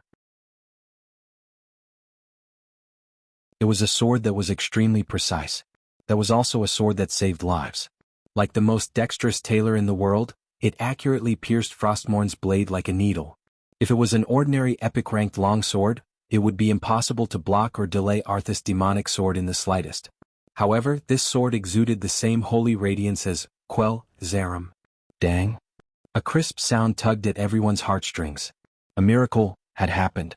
The slender holy sword miraculously forced away the blade of Frostmourne that was about to slash down. Even though Arthas had already lowered his wrist with force, it was this difference of a millimeter that caused his sword to slash diagonally to the right instead of downwards. It was this little barrier between life and death that Saidan grasped. His right shoulder sank and he rolled on the ground in a very ugly manner. In the end, he escaped the fate of having his intestines cut open. This was not without a price. The breastplate on his right chest was shattered into pieces, and a terrifying wound that was 4 centimeters deep was pulled out horizontally on his chest. A black icy aura was corroding Saidan's body at a high speed. Without even a tenth of a second of hesitation, Saidan Dathrahan directly used his ultimate move. Holy Healing. It was a peerless ultimate move that could reverse life and death at a critical moment. Paladins who had not stepped into the realm of heroes were not even qualified to use this ultimate move. The core of this move was to exhaust every drop of power in the user's body, every bit of holy light, and then instantly erupt to heal the target. As long as the target was still breathing, he could instantly restore his HP and resurrect on the spot. Under the dazzling holy light, not only did the wound on Saidan's chest recover in the blink of an eye, but it also forced out all the icy aura and dark power that Frostmourne had left in his body. Of course, such a heaven-defying ultimate move was not without a price. A moment ago, Saidan was still lively and strong like a bull, but now his mental state was like that of an old man in his 70s or 80s, extremely dispirited. After all, this was a life-saving ultimate move that squeezed out all of his essence, energy and spirit. From his stamina to his magic power to his vitality, and to his spirit, everything was drained. When the angel used the perfect, arcane impact, to send Saidan flying out of the main battlefield and to the side of another paladin, Riadaline, the people who were relieved suddenly discovered the truth of the angel. Damn, why does this guy look exactly like Duque? That's impossible? No. This guy is Duque. You. Turning to the side, Arthas's expression was extremely ferocious. This was a counterattack that he had planned for a long time, but it was ruined by an unexpected person.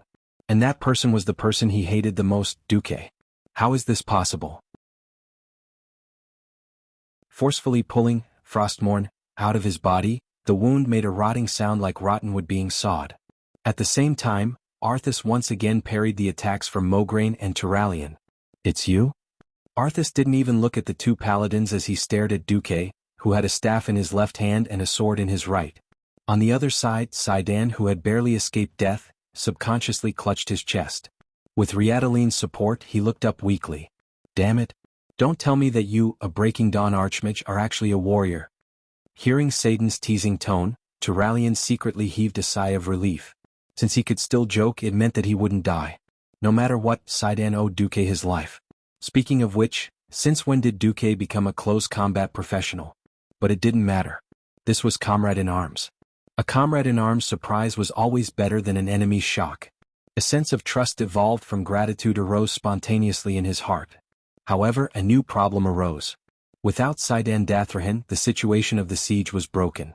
Everyone knew that even though Riadaline had also stepped into the realm of heroes, she was still far from the strongest of the 5 Silver Saints.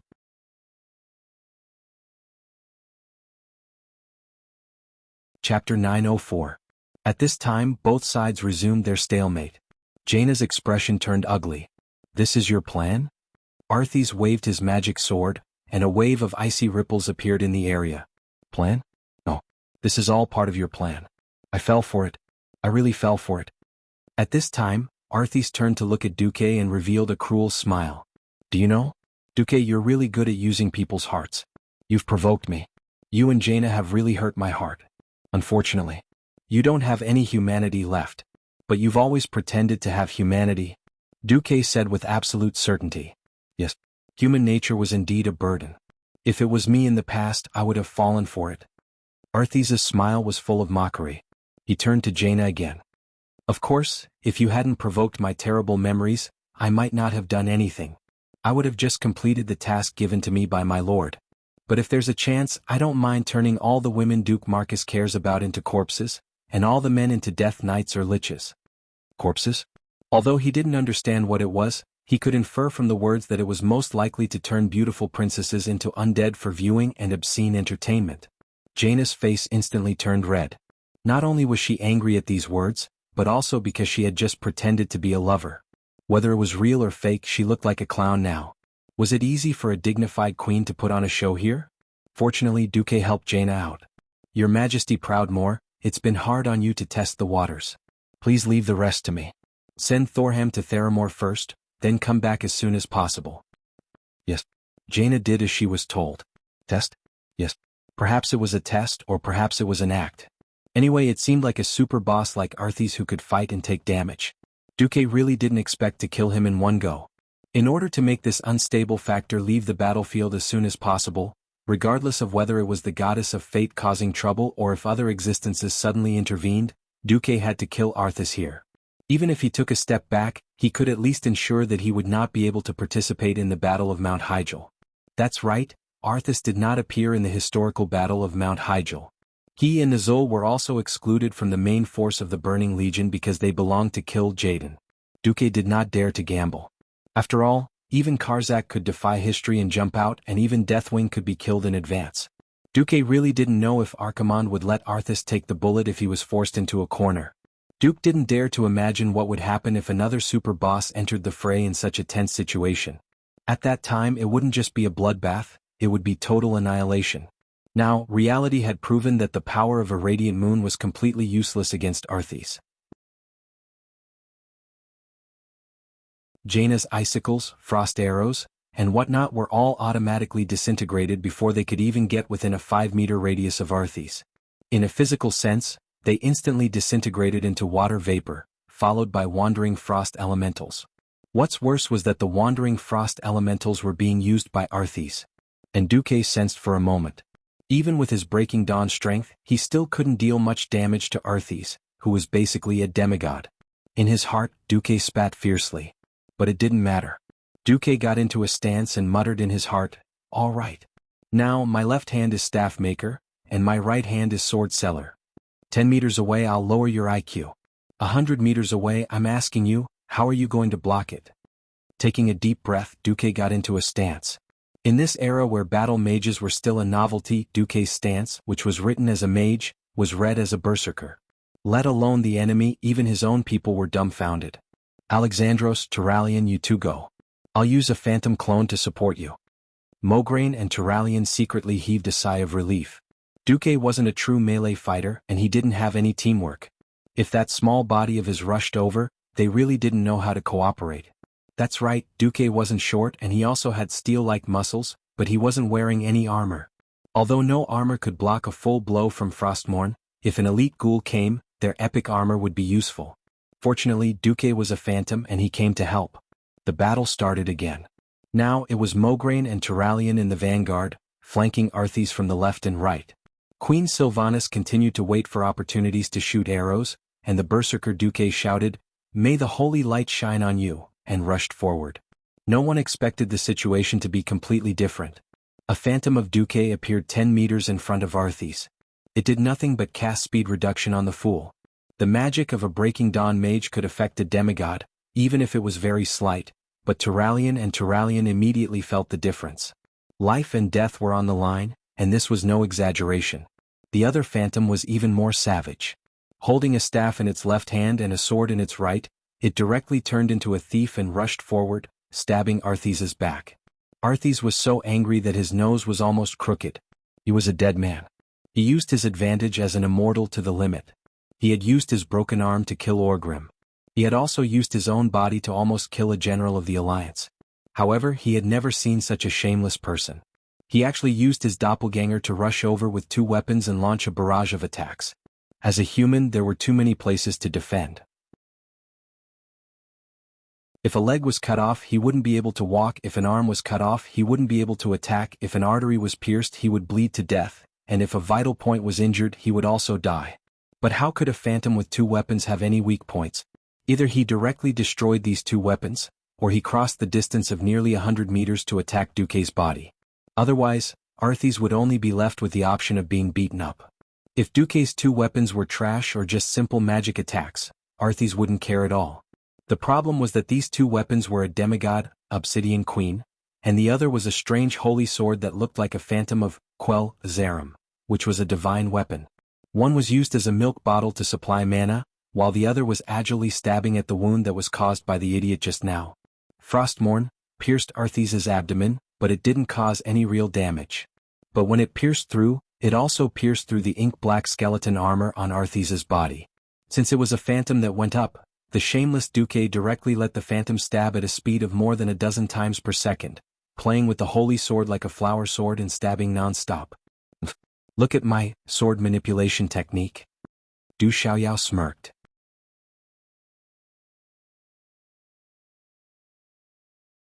Chapter 905. The undead were never afraid of physical attacks. Arrows and piercing weapons had been proven useless in countless battles. The best choice was holy light followed by magic. If there was no other choice, one could at least use a large hammer to smash the undead into pieces and immobilize them. At first, Arthas looked down on Duque for using a rapier. But he soon realized that he was wrong. And very wrong. The shameless Duque was actually cheating the special effect. All weapons' special effects had activation limits. For example, how many attacks could it be used once and how many seconds could it be used once? The key was that activating the special effect needed to be charged. However, Duque, who knew all this, charged the holy sword like he was loading bullets into a pistol. The Obsidian Queen, in the clone's left hand, ensured that the holy sword could be replenished with magic. And on the clone, Duque left Alonso's Fail's moral gold coin. In the 10 years that he was sent into the void with Karazhan, Duque did not think that this gold coin, which was connected to his mind, was very powerful. With his return, Duque suddenly realized that this gold coin was not as simple as he thought. For example, Mediva's moral was used up after it was used. If Mediva's moral was a disposable alkaline battery, then Alonso's Fail's spiritual gold coin was a rechargeable battery that could be recharged again and again. Under the careful analysis of the system, it was found that it could absorb the prayers of devout believers who believed in the doctrine of the holy light within 100 meters and increase the moral inside. Oh, it was the power of the holy light. This was the biggest reason why Duque could use the moral gold coin as a weapon. Now Duque put this gold coin into the clone. So a strange scene appeared on the battlefield. Compared to Maugraine's Ashbringer, which was as huge as a door, the unknown holy sword that Duque's clone was holding was as thin as an embroidery needle. But it was this embroidery needle that made a terrifying explosion.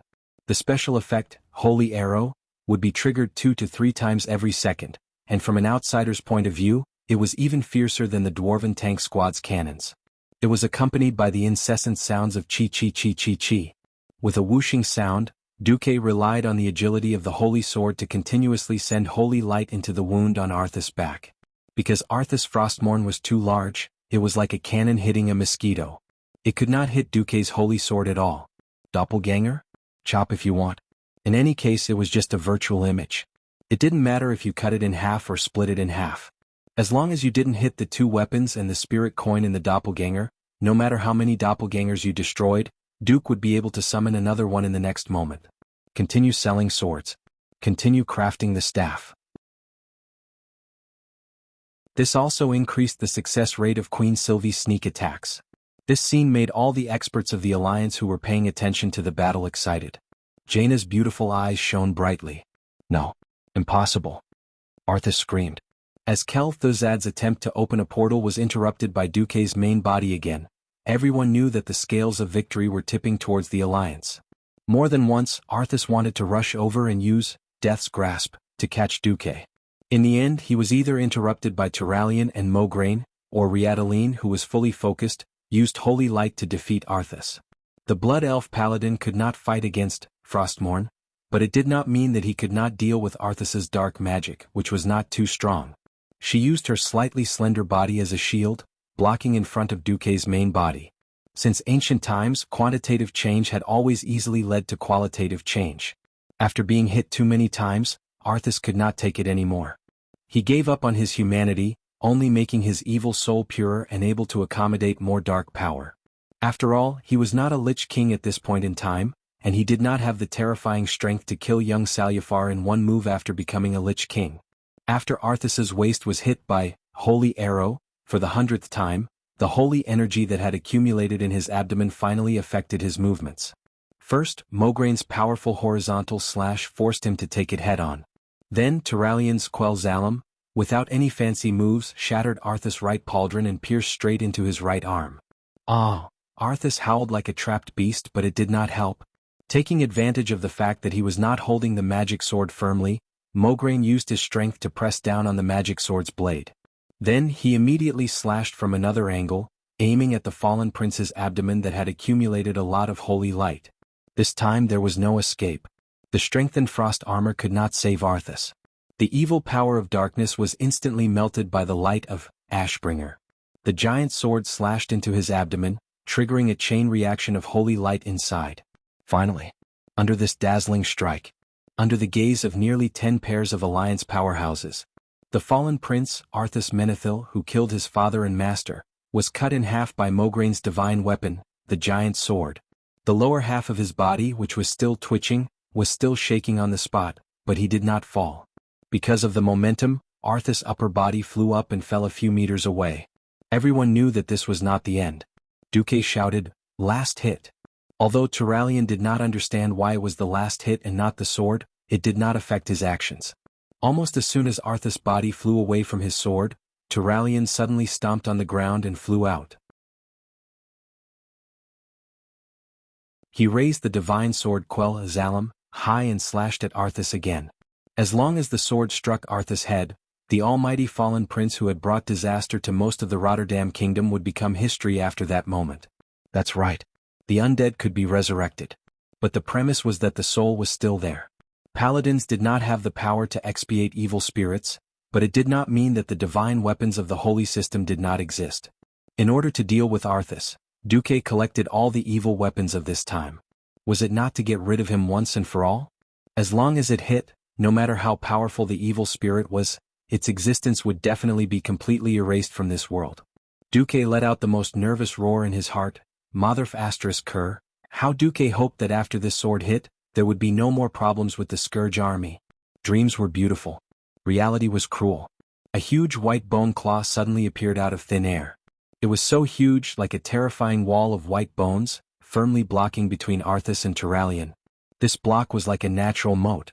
Duque's face suddenly lost all color. *CK. What is this?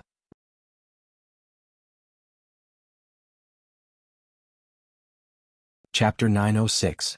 Looking at the system prompt that labeled the claw as Mother of the Frost Dragons, Syndagosa, Duque felt as disgusted as if he had eaten a fly. *CK me. Didn't I remind Malygos to help move Syndagosa's grave? What has this silly blue dragon king been doing all this time?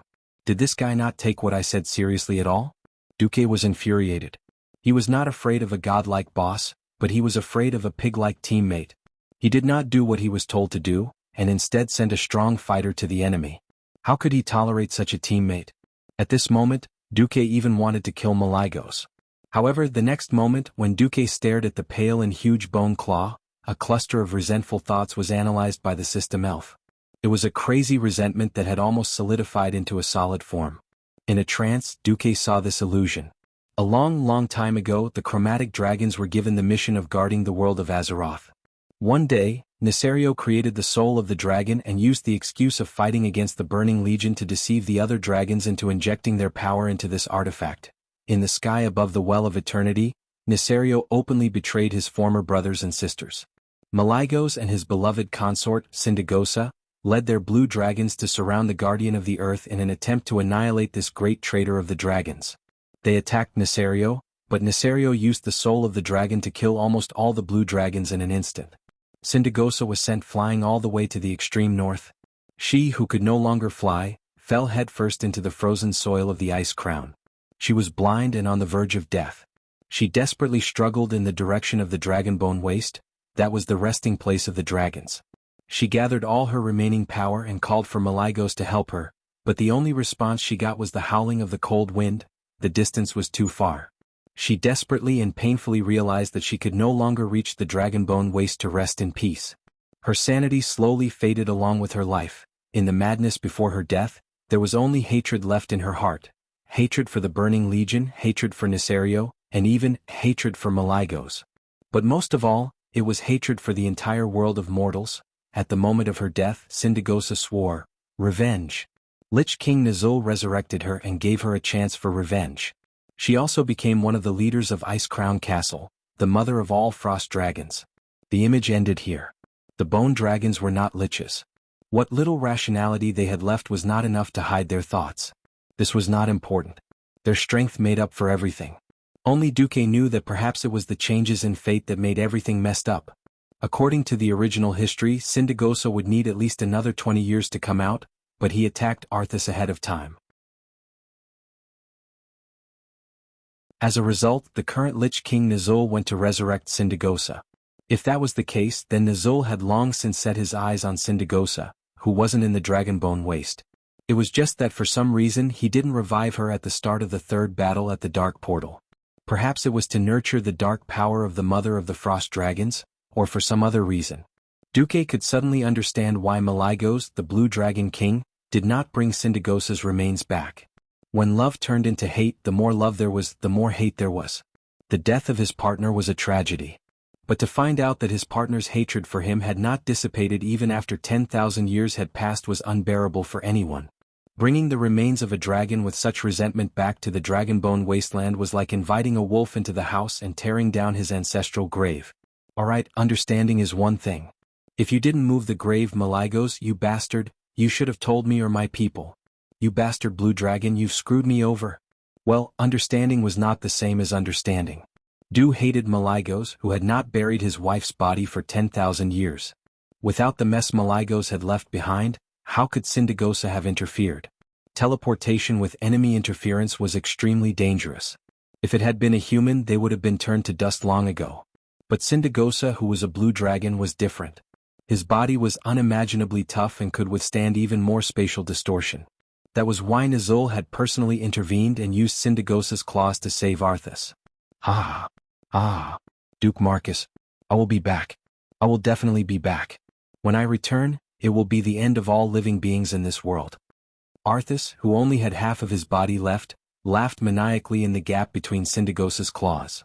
Duque bared his teeth and ordered, "Mograine, Turalian, destroy his evil half." The two holy knights immediately understood. Right in front of the furious Arthas, two holy swords chopped down, completely disintegrating the lower half of Arthas' body. No! With Arthas' angry roar, the frost dragon's bone claws finally disappeared into the huge portal. A smile finally appeared on Duque's lips. The Lich King Nazul had originally wanted Arthas' body. Now that half of the fallen prince's body had been destroyed, would Arthas become the next Lich King in the end? This was really a thought-provoking conjecture. As Arthas retreated in a sorry state, the entire forest finally returned to silence. Mograine and the others gathered around. "This battle of ours." Turalian was a little hesitant. Duque let out a long breath. At least it was a success. The body of a Death Knight can indeed be reconstructed, but the new creation is definitely not as good as the original. We can at least be sure that Arthas will not interfere in the Battle of Mount Hyjal. Everyone breathed a sigh of relief. At least no one from the Alliance died, but half of Arthas' strength had been destroyed. Duque turned to Turalian and asked, "After using holy healing, Saidan?" Turalian smiled. "It's no big deal. He just overdrew his energy. The holy light is not dark energy, so there won't be any side effects. Just give that guy an extra chicken leg for his 3 meals.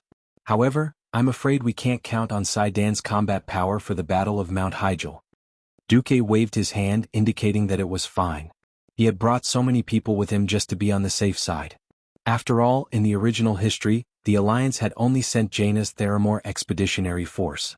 Suddenly, in the far north of Felwood Forest, a huge wave of dark energy shocked everyone. "That's..." Queen Sylvanas was shocked. "It's nothing," Duque patted Queen Sylvanas on the shoulder and smiled. "A Dreadlord must have died."